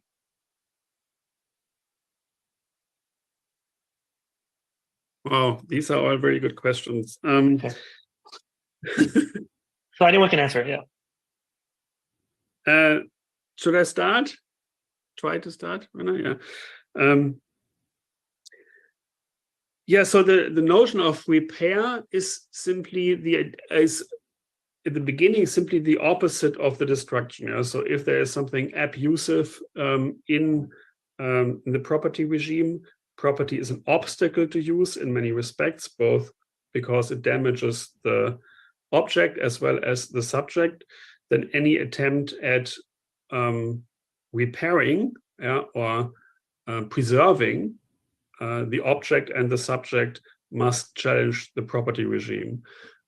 So this is simply a formal move at the beginning, but I do think that if you think this critique of the property regime properly, then you cannot simply stop by changing the external formal structure. By doing that, you're also changing the way of relating to other human beings and to the objects, meaning also to nature and to land, to the planet, and so on. And this is, I think, this is in itself an act of repair. That doesn't mean that it is enough. And there are, again, if you take the racial nature of the contemporary property regime into account, you can, I think, quite productively combine it with the discussion about reparations. So repair and reparations as two forms of addressing past harm and past violence. But all of this is only possible. To be really clear, because people are going to think, based on what just happened, like they're going to think that the idea of reparation entirely comes from socialists. That's not true. Okay. So there are a lot of people, and I'm not saying I support or like don't support reparations. I'm kind of honestly like and this is not going to be popular. I actually can't understand the reparations argument. I've spent time in the Twitter spaces talking to the people who are like the black community that's working on reparations, and it's not portrayed like reparations is not portrayed in the way that like they talk about it. When you hear the black community talk about reparations, like the free people like movement or whatever I think they call it, they actually explain it in a way that makes a lot more sense to me than like the general conversation about reparations. Reparations is not just these people, so it is, and I'm not saying you need to support it. I don't know that I support it. I don't know that I don't know. I can see both sides of the issue. It's not something I feel strongly about on either side. The point I want to make is that the arguments for reparations are coming from socialists, but they're not only coming from socialists. There are other people doing it too. So I don't want people to think, regardless of whether you support it or you don't, that this is purely a socialist thing, because it is not purely a socialist thing. By challenging this social control that is enacted and that authorizes a form of indifference towards the harm that is executed by the property regime. So I find the extension of this notion of repair also to the ecological question really quite productive and important. And this is also why common property is not enough to emancipate the senses, because there is something inherent, I think, in this notion of an emancipated sensibility that makes it impossible to think of the other or an object as property. And I mean, there is an intuitive understanding. I still remember this when I was a child. For me, it was completely inconceivable to think of water or of air as property.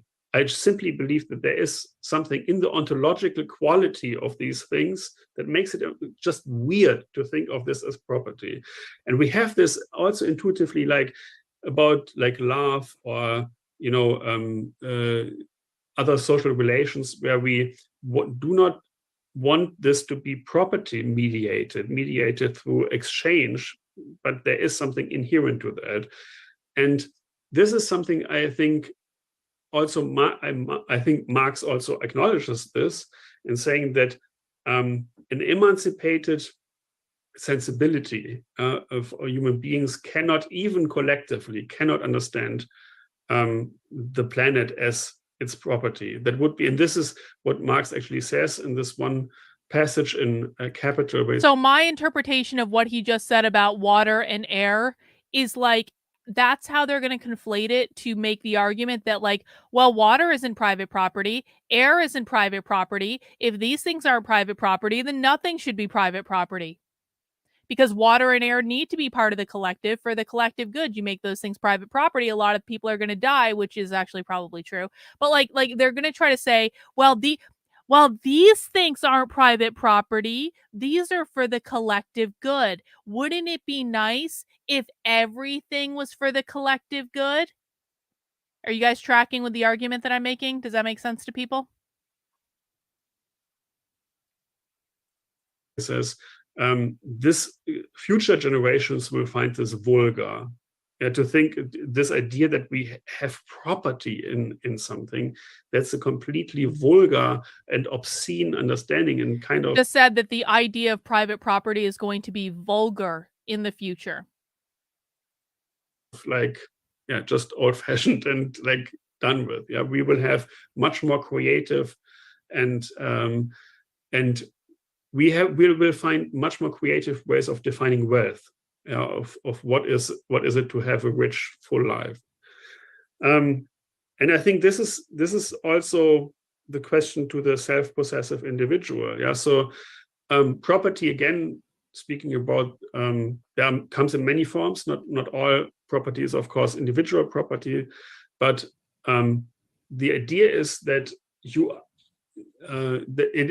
it creates a very specific understanding of the human being to address the human being, first of all, as an owner of something, somebody who has control over itself, self-ownership, a very important notion in liberal thought, but also control over his circumstances and so on. So, and this is, I think, very limiting understanding of subjectivity and of individuality. And if you take the vulnerability and precariousness of human life forms into account, the fact that humans are dependent on social and material conditions in order not only to survive, but to flourish, I think then you have to overcome also this understanding of what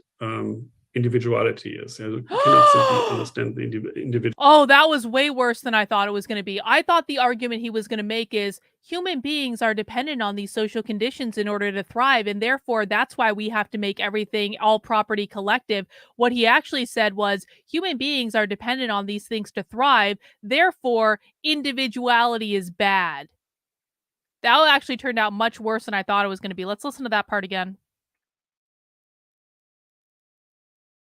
Remember, they're trying to make the argument that they're trying to make the argument that we need to move from the individual to the collective, that everything needs to go from private property ownership to collective ownership. Now listen to this. Forms into account the fact that humans are dependent on social and material conditions in order not only to survive, but to flourish. I think then you have to overcome also this understanding of what individuality is. You cannot simply understand the individual as an owner. You cannot understand the individual as an owner once you understand that human beings are depending on social conditions to flourish. Does everyone understand why what he just said is really scary?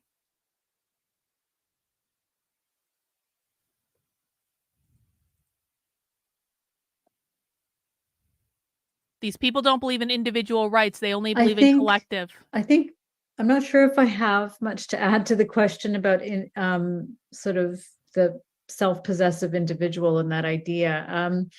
Is it okay if I just put something else on the table? Why not? I wanted to shift the discussion to something that you bring up in the book, Daniel, and that is, I think, a really interesting point of contact between your book and some of the recent work of Andreas Malm and others who really want to shift our focus to the relationship between property and property ownership. Let's think about, private property ownership, but other forms of property ownership per se, and the climate crisis. And I think, that in a way is a site where some of the differences we were talking about before in terms of different forms of ownership, right? So whether it's financialized private equity, or whether it's more direct forms of private property ownership in a more kind of traditional conception of that, or what have you. All of those different forms of property ownership are really at the heart of the ecological climate crisis that we're dealing with. And so when we start to consider, I mean, this is where the notion of repair and reparation, I think, also becomes really, like potentially very productive counterpoint or alternative to property ownership to think about. So what, just to throw the questions back at you that you posed to us through the book. So, what forms of relating to land, non-human life, the air, the water, etc., can we contemplate? Where do we see examples of this that do not fall into the perils of property logic? On the one hand, we often look to different indigenous legal orders, political orders as examples of that. I think we rarely look to those orders with sufficient specificity. So especially when we're not engaged in a conversation with indigenous scholars and activists, et cetera, it becomes quite vague. And it also becomes detached from the very situated struggles of different First Nations to assert jurisdiction over their traditional lands and waters, right? And also when we also are unable to map all of the contestations with indigenous communities between people who want to benefit from extractivism, et cetera, and those who are fighting for a different way of being and a different way of relating to the sort of world around us. So that's one example. There's other examples we can consider, sort of radical Black forms of common use. J.T. Roan's book, The Dark Agoras, I think that's the title, is an excellent book that presents different forms of use, actually, in a whole different set of social relations that produce different forms of non-proprietary use of resources and things. So I just wanted to throw that question out because I think it's so essential for us to think about these things together.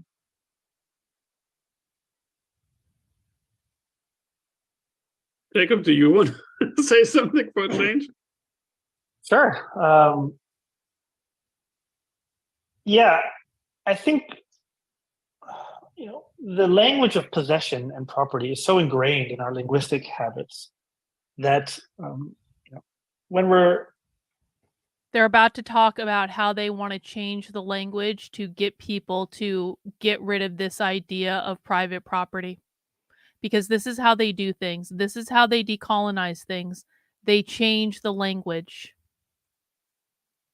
When we're talking about alternative ways of relating to the land or to nature, to our goods, we even use kind of property concepts to counter other property concepts, and that's also like a strategy. So this is not their land; it's our land, it's mine. This is not private; it's common property. This is.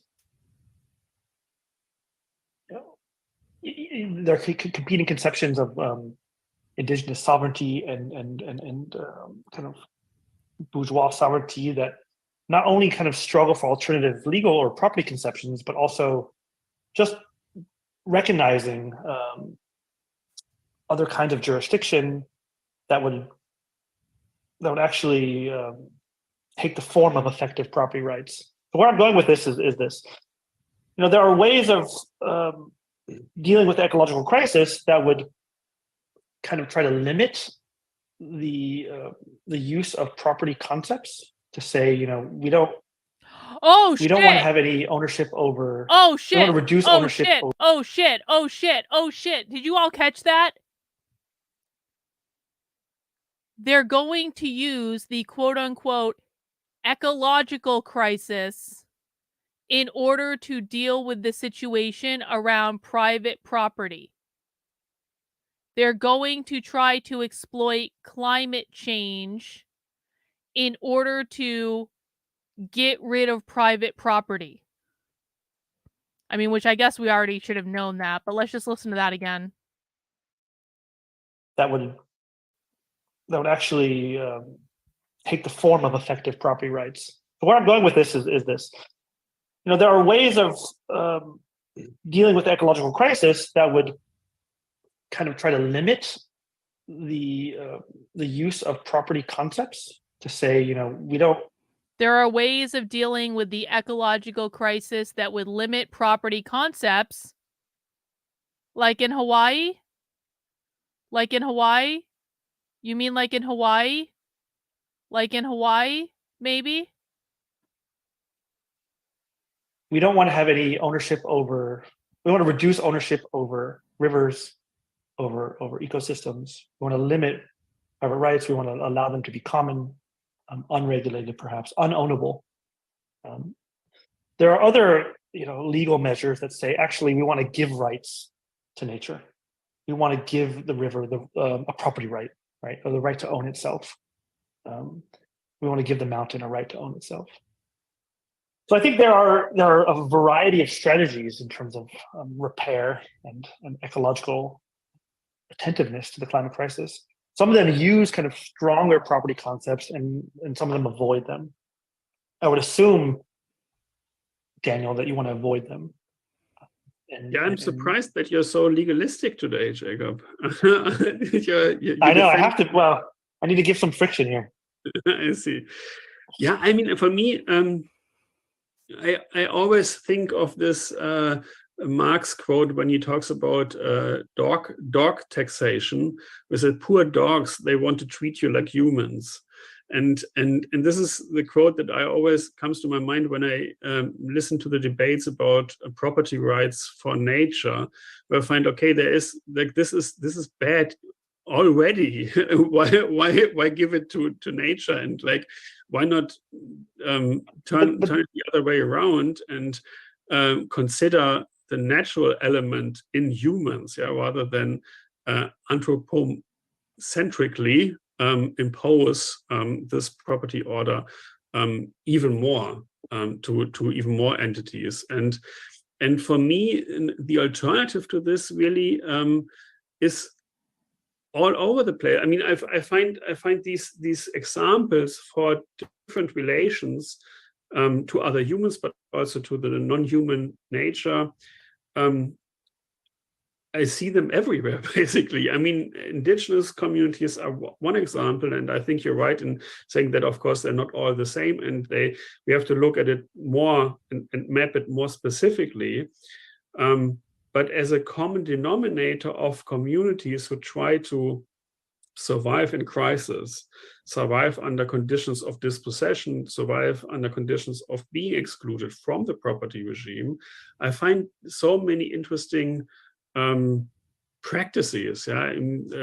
One example that comes up in the book is solidarity economy examples in Greece during the crisis, where people not only start occupying factories and producing in different ways, but also circulating stuff in different ways beyond the official market in a non-monetary way, and also collaboratively consuming them, offering free healthcare and so on. So, and this comes from a situation of radical crisis and of being excluded from the property regime.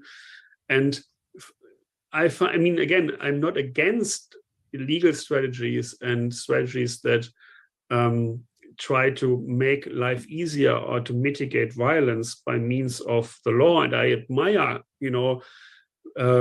movements, human rights groups, and so on, lawyers who do that.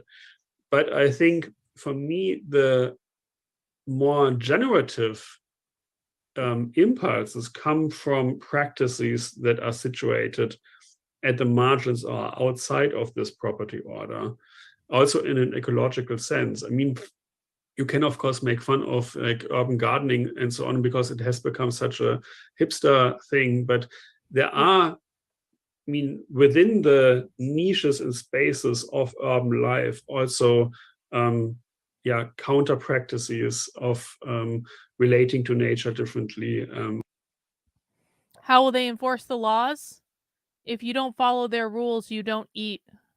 That's how.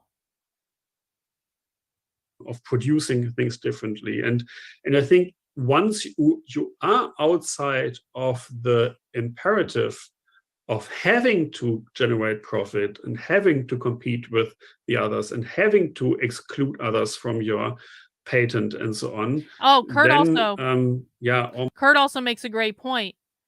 It's not violence when they do it, it's corrective. Most naturally, you will have a more sustainable, less violent, more reparative relationship to your surroundings.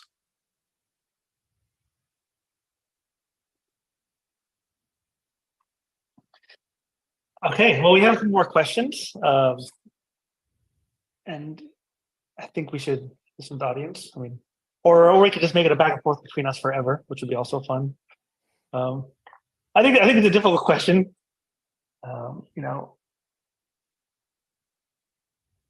Like you end your book and also Brenna, kind of an abolitionist horizon of property. And I think the question I'm trying to pose is it, there are so many alternative conceptions or practices of property in the world already, right? Is the goal to abolish Yes, they do. Private possession or property or ownership? This is exactly the point, Groupers. This is exactly the point that I've been trying to tell you.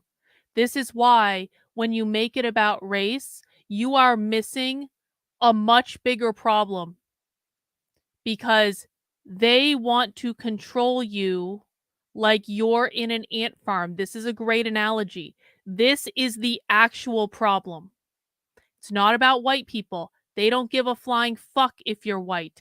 Everyone is going to be put into this system. Everyone. There's no one of any skin color that's going to escape this. So when you guys just focus on race, you might think you're solving some problem.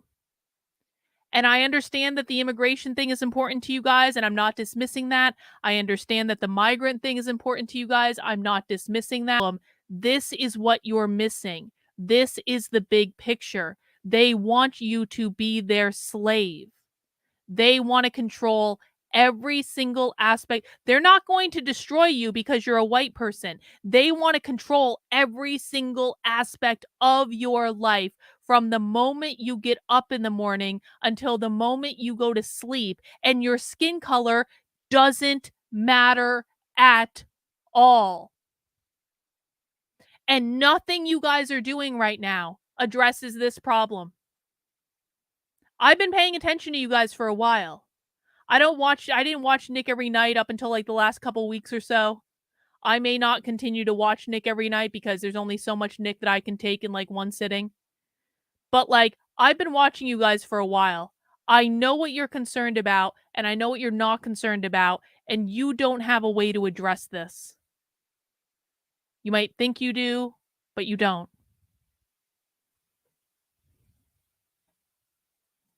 Self as a relation, or to allow this plurality of relations to unfold, with law, without law.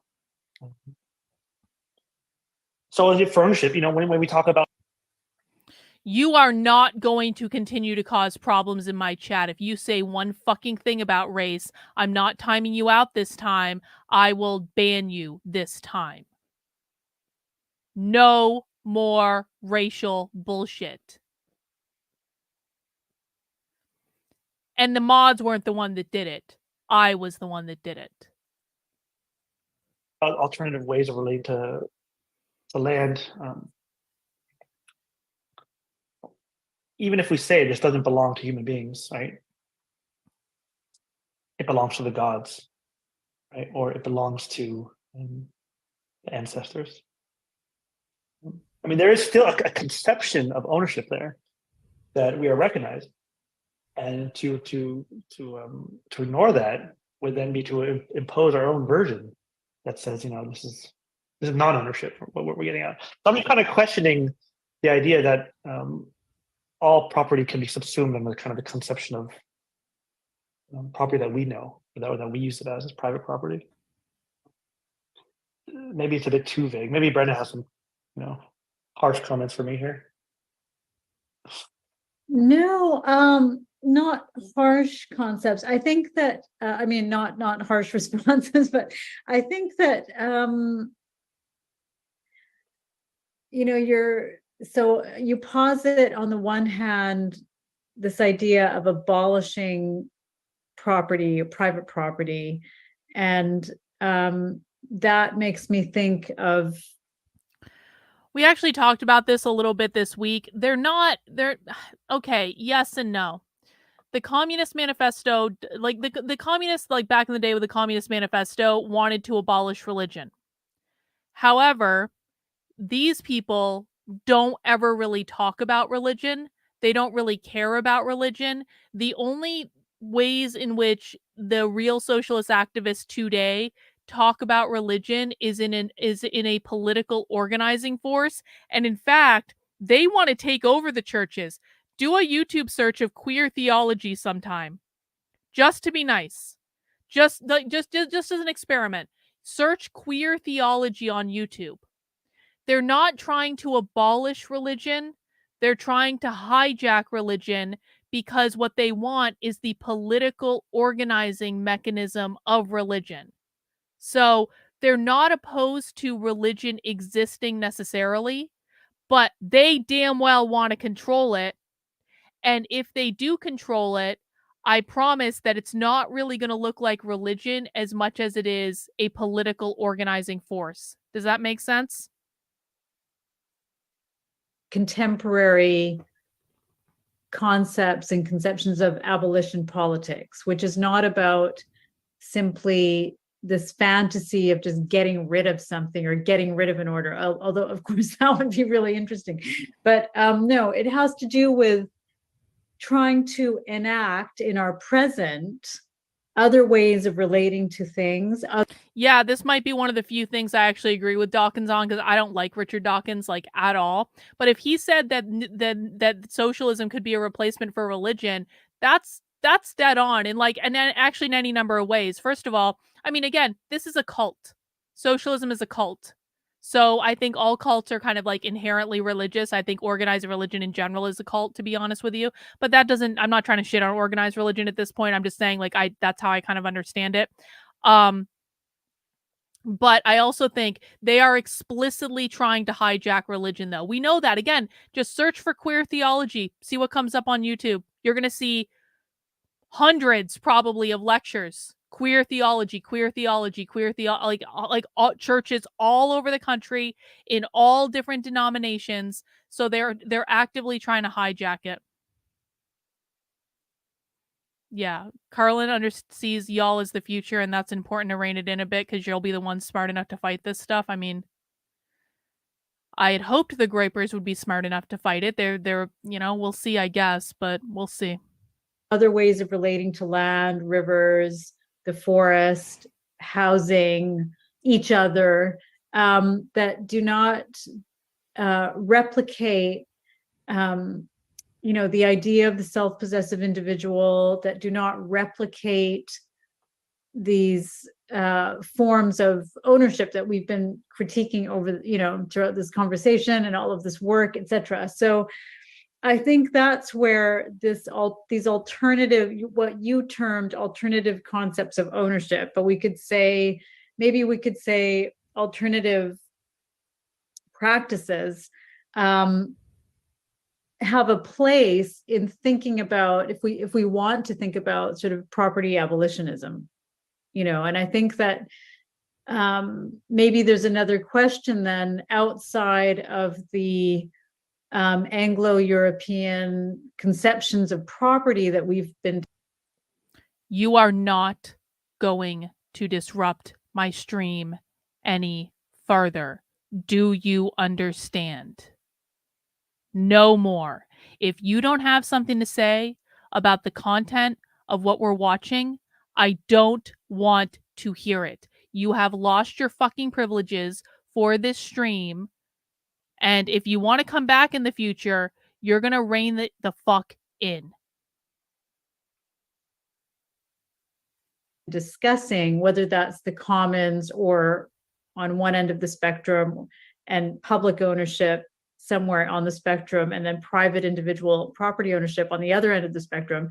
So there's a question about what outside of that constitutes ownership, and I think that there are some here where I'm living anyways, there are many different legal and political systems in existence around me, where I would have to say that from the little that I've learned, so far, that the ontological basis of how people relate to each other. All right. The next time I hear someone refer to themselves as sweet, cute little guys, when you're deliberately disrupting my work, you are going to be banned.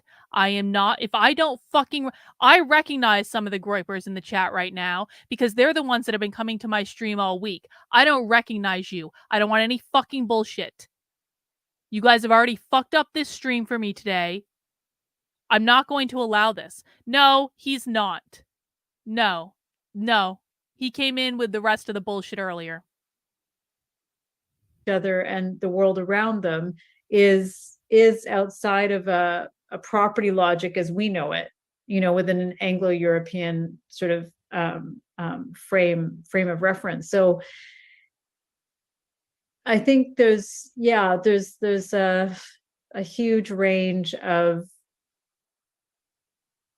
different histories and contemporary practices to embrace and to learn and to proliferate around us. So I don't think it's a dichotomy between sort of abolishing something and then this plurality of alternative forms of ownership. I think it's a bit it's not a dichotomy, it's not a choice. Well, there is a choice. There are a lot of choices, but it's not about choosing some kind of jumping into an abyss beyond the property system we know and a whole bunch of other alternatives. I think it's a bit it's a bit more reachable than that, actually. Yeah, no, that's good. I think that's where like some readers of your book, Daniel, also would be like, where does this abolition lead? Where does it go beyond a purely negative conception? And that's a good question. Where does it go? You offered some interesting answers, both in your work on care, Daniel, and in your answers, Brenda, on alternative forms outside of the ontological categories of ownership. Let me just give 3 more questions and then we end it. And 3 you can more answer questions. That or you can don't. Yay. So one question is, how does the state come into the picture here regarding property and occupation, especially thinking of competing sovereignties in the case of colonized indigenous peoples? That's one question. The second is, how do we grapple with the dark side of occupation and squatting, which is the threat and the violence of eviction? So, how do you think of expropriation without kind of the shadow of eviction always? Or the threat of eviction, which is kind of something internal to the concept of squatting, maybe. And then the last one, maybe we've touched about it already, is about how do you all imagine individuals would relate to objects in the world that are not considered property?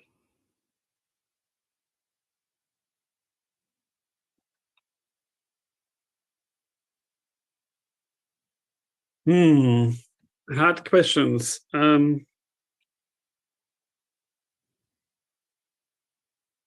Maybe I let Brenna answer the question about the state. I find that the most difficult. I mean, all of them are difficult, and I don't really have a good answer. I mean, the dark side of the shadow of eviction, I think cannot be avoided, and that's a problem that all politics that aim at challenging the property regime face. And we didn't talk today about policing and the inherent connection of policing and property. The fact that George Floyd was murdered because somebody accused him of trying to pay with a fake $20 bill. So the connection between upholding the property order by all means and racist police brutality is just so clear. So racist police brutality is inextricably linked with private property in the minds of the socialists, because the socialists believe that the police came from slavery as the people who would chase down the runaway slaves and bring them back, the slaves being private property, because slavery is when basically they believe capitalism came to America because they brought the slaves here as private property and then created systemic racism in order to empower the oppressors and keep the slaves oppressed, and then they use the police to keep the slaves oppressed, which is how these issues are inextricably linked. Even if you don't talk about squattings in the literal sense, all forms that challenge the property regime are threatened by violence, and some of them are more overt than others. Yeah, so if you come up with a new open source computer system, yeah, you might be on the better side. But actually, if you file share a bunch of academic articles. Why can Black people be guilty of whiteness? Why is multiracial whiteness a thing? Why is Larry Elder the blackface of white supremacy? Why don't they like Jay-Z?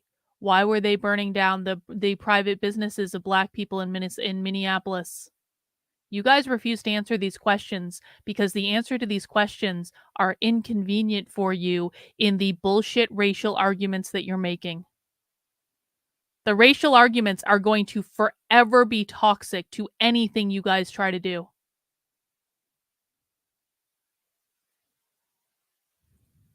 You're also subject to police violence. Yeah, so all of these practices are criminalized, obviously. But I do think that at the same time, they are still promising in terms of survival, more promising than holding on to the property regime. So the vaccine example I've already given, but also other sub-economies or unofficial economies beyond the state often emerge because people try to survive, because they do not have any means to survive within the official property regime. So I think, the practice of squatting or the practice of challenging the property regime always stays in the shadow of repression and violence, but at the same time, it always also offers you a form of survival strategy that otherwise you might not have. But this then means it always remains precarious. And unless we manage to finally universalize it and push it so far that we'll be able to overcome this repressive system altogether, although I have to say I see less and less perspectives for that. How should we relate to individual things? So, I mean, this is always a fear that many people have, that, okay, is the toothbrush, that's something that comes up a lot, that the fear that everybody will just come and get your toothbrush, and or your own room or your own bicycle, something that you have an emotional or otherwise personal relationship with. Nobody wants to take away the toothbrush, but there are other ways of relating to goods that acknowledge also individuality and acknowledge also the fact that individuals as individuals are dependent on having something on their own in that sense. They'll give you one a is simply as an human individual. decency, forms of treating each other with respect and just acknowledging that this is, and I mean the orientation to needs. Yeah, so the idea is to replace a system that is oriented on abstract rights with a system that is oriented on somebody's needs. And these needs include also privacy, include also forms of withdrawal from the social. And this includes also having something for yourself. And I think it is quite easily conceivable that we come up with a system that manages that, and actually much better than now, because now a lot of people don't have that. A lot of people are completely excluded from this, from these kinds of individual free spaces. So, and I mean, how exactly this kind of normative order, this kind of rule book looks like, I think is something that is up for collective discussion. It's something that we have to come up with together once we get the chance to do it ourselves, rather than being subjected. They're basically saying just abolish private property, and then we'll come up with our own rule book about how all this is going to work to give you guys the pittance of believing that you're really individuals when in fact you're living in a collectivized world. But we're going to come up with that idea later. Just let us do what we want. We'll come up with the replacement later. That seems like a great idea, doesn't it? All right, guys, we got about 10 minutes left. Thank you again for hanging in. It's been an epic marathon stream tonight. Let's wrap this up. Kind of external regime.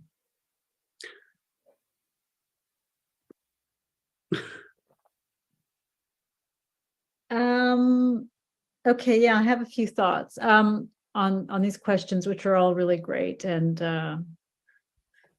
very complex. On the question of the state and the question of competing sovereignties, particularly in settler colonial contexts, there's a few different ways of thinking about how that struggle unfolds and has unfolded and can unfold. So one is through the concept that Audra Simpson has written about in her book, Mohawk Interruptus, which involves the idea of nested sovereignties. So she looks at different Mohawk practices of asserting sovereignty that exist within the context of Canada and the US, because the Mohawk Nation straddles that colonial imperial border. And it's, the idea of nested sovereignties, it's a way of thinking about competing sovereignties that come into conflict, and then that conflict might dissipate for some period of time, and there are moments of refusal, and that's one way of understanding how these different sovereignties have coexisted now for several hundred years in conflict and in tension, but also in a way that is quite functional. Another way of thinking about competing sovereignties is really to shift the question of the state and colonial sovereignty to questions of jurisdiction, so that we can imagine overlapping and competing jurisdictions without necessarily settling once and for all the question of sovereignty. So if you have jurisdiction over a space, you have the authority, the legal political authority, to determine what happens in that space, let's say, just very generally or broadly speaking. And so, we get into the problem, of course, of state recognition. So in moments where you don't have state recognition of indigenous sovereignty, just to use that as an example, but we could think about many other contexts around the world, actually, where this is a live political issue, the assertion of an alternate sort of jurisdiction over space. So without state recognition, like with the Wet'suwet'en land defenders, where some land defenders are asserting indigenous jurisdiction over their traditional lands, we can see what the state does using property power to evict them from that space, thinking about the second question about expropriation and eviction. So I think those are nested sovereignties, and the question of jurisdiction are two very productive ways, I think, of thinking about that question of the state and sovereignty. On the eviction and expropriation question, that actually brought to my mind forms of political struggle and protest that involve a certain amount of disruptive occupation that changes and takes up public and private space. Occupation, that's and squatting. I wasn't just thinking about the Disruptive Occupy movement, but I was thinking actually about the farmers' protest in India, which lasted for a very long time, months on end, which involved hundreds of thousands of people, which involved multiple trade unions. Disruptive occupation, Occupy Wall Street, whatever, I don't know what this farmers thing is in India. The squatter thing in Portland. Disruptive occupation is designed specifically to destabilize the system so that they can blame capitalism for all the problems that are causing the occupation in the first place. It's always a far left political strategy, except, ironically, the truckers' strike in Canada was disruptive occupation, wasn't it? But they crushed that shit right quick because it wasn't their disruptive occupation. Disruptive occupation for thee, but not for me. So they believe that they're the ones that get to disruptively occupy things in order to destabilize things, to blame capitalism on it. But if the other side tries to disruptively occupy things, they're going to crush that shit right fucking quick. At different times, as well as just private individuals, which involved a massive amount of commoning, you could say, or social provisioning for the people who were protesting and who maintained a physical presence for months on end through a cold North Indian winter, etc., until their demands were met. So that's sort of an interesting example of a protest that involved an occupation, in a sense, where demands were the demands were met, in a sense. But of course, in the context of squatting houses or other buildings, let's say lived built space, that threat of eviction is precisely what squatters are fighting against, right? It's the power, it's the property power that people are contesting through the act of squatting, but it's that property power that we need to think about. How do we shrink it? How do we reduce it so that legal devices like the injunction or the right to evict are lessened or sort of voided in some way. And then the third question around, I can't remember exactly what the question was. So how do we relate to things outside of a proprietary kind of logic? Some of the language that is used here by, the WSÁNEĆ First Nation, I know this just because I'm fortunate enough to have a colleague, Robert Clifford, who's WSÁNEĆ and who teaches some WSÁNEĆ laws in the law faculty here. But the language of stewardship is, I think, a very different conception to use. I mean, it's completely different than the concept of use. So if you think that you have a responsibility to steward a particular piece of land or a river or a forest or something like that, or maybe Hang on. Sorry, Elisa. I didn't see this this chat over on Rumble. I apologize. My bad again. I'm doing a horrible job of keeping an eye on the Rumble chat. Do they think they can control the billions of Muslims that will kill them for drawing a picture of Allah? Oh, yeah. Oh, yeah. But they're not going to focus on that right now because they're focused on taking over the United States. So I don't think that's a great argument to make. Can you control the Muslims? Because that's not what they're focused on right now at all in any way. It's just not a good argument. But yeah, they do think that eventually they will be able to. All of that in combination, then your relationship to that, place changes radically. If you think not about what can I extract from this place, even if you have a non, even if you're not a hyper capitalist or you don't want to destroy the thing, stewardship, I think, is very different than the concept of extracting or using for profit or benefit. Even it's a deeply reciprocal way of understanding the world around you.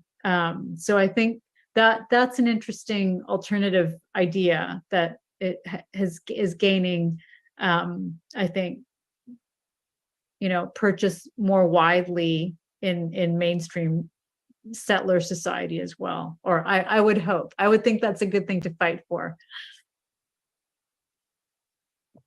Yes, definitely. In terms of the threat of eviction, right? We live in a class society. So any challenges to the property order will be responded to with force. So one of the best ways that— Hang on. There's a chat over on Rumble. Communism is illegal in the US and we just need to start enforcing those laws again.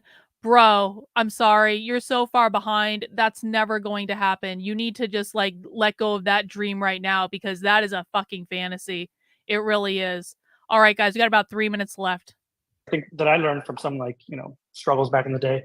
One of the best ways to defend yourself against that is to know your neighbors, and know those people around you, and not necessarily all the people who politically agree with you, but people that can understand, and that can share common ground, and that will defend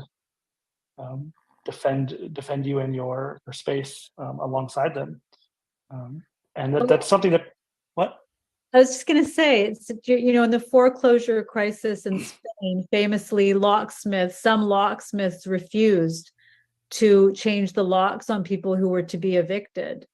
So those forms of social solidarity are absolutely at the core of fighting that property power. Yeah, and it's trying to know your neighbors in the alienated society is actually very difficult sometimes. So it's it takes work, it takes effort to overcome our barriers and our isolation. To socialize ourselves can actually be a form of repair.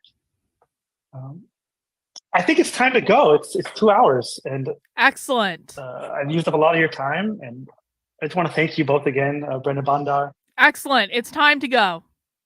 Guys, I'm going to be honest. That took a lot out of me. It really did. And to be very honest, this is why I don't want my socialism streams disrupted, because they're already hard enough. They're long. We have to listen to a lot of boring content to get to the good stuff. They're extremely challenging in terms of being able to listen and interpret what's going on the fly. I don't do any advanced prep for this stuff. I'm doing it all on the fly. I have to monitor questions in the chat on YouTube. I have to monitor questions in the chat over on Rumble. It's just a lot. And so I'm pretty drained, but I really want to congratulate everyone who made it through the entire 4 hours and 12 minutes of this stream, because this was a doozy today, but it was also a big one. There was a lot of meaty content in this stream. There was a lot of times where they said the quiet part out loud. There was a lot of times where they told us exactly what they were going to do, and I hope people got a lot out of it. I'm going to try to make some clips. I have so many clips I need to make. I have clips I haven't even posted yet that I've made. But I'm going to try to do my best to break it down, put together some highlights, and I'll post those over on the Substack.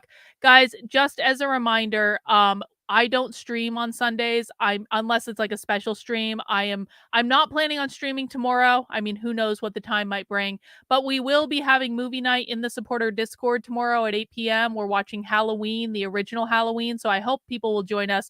If you do want to join us, please become a subscriber on my Substack, which is Carlyn, KARLYN.substack.com. You can get it for $8 a month, $80 a year. You can also become a member of my locals community. You can become a member of my Patreon. You can become a Twitter subscriber, or you can become a member of this here YouTube channel. And I will be sending out the link to everyone to join the supporter Discord if you have not already tomorrow afternoon sometime on whichever platform you're a member of. Thank you again for joining me for Socialism Saturday. I do hope I'll see you again. I stream Monday through Friday at 5 p.m. and then we go live on Saturdays at 6 because it's my weekend too and I want that extra hour, okay? But I'm gonna go relax. Take care, guys. Have a great rest of your day. We'll see you soon.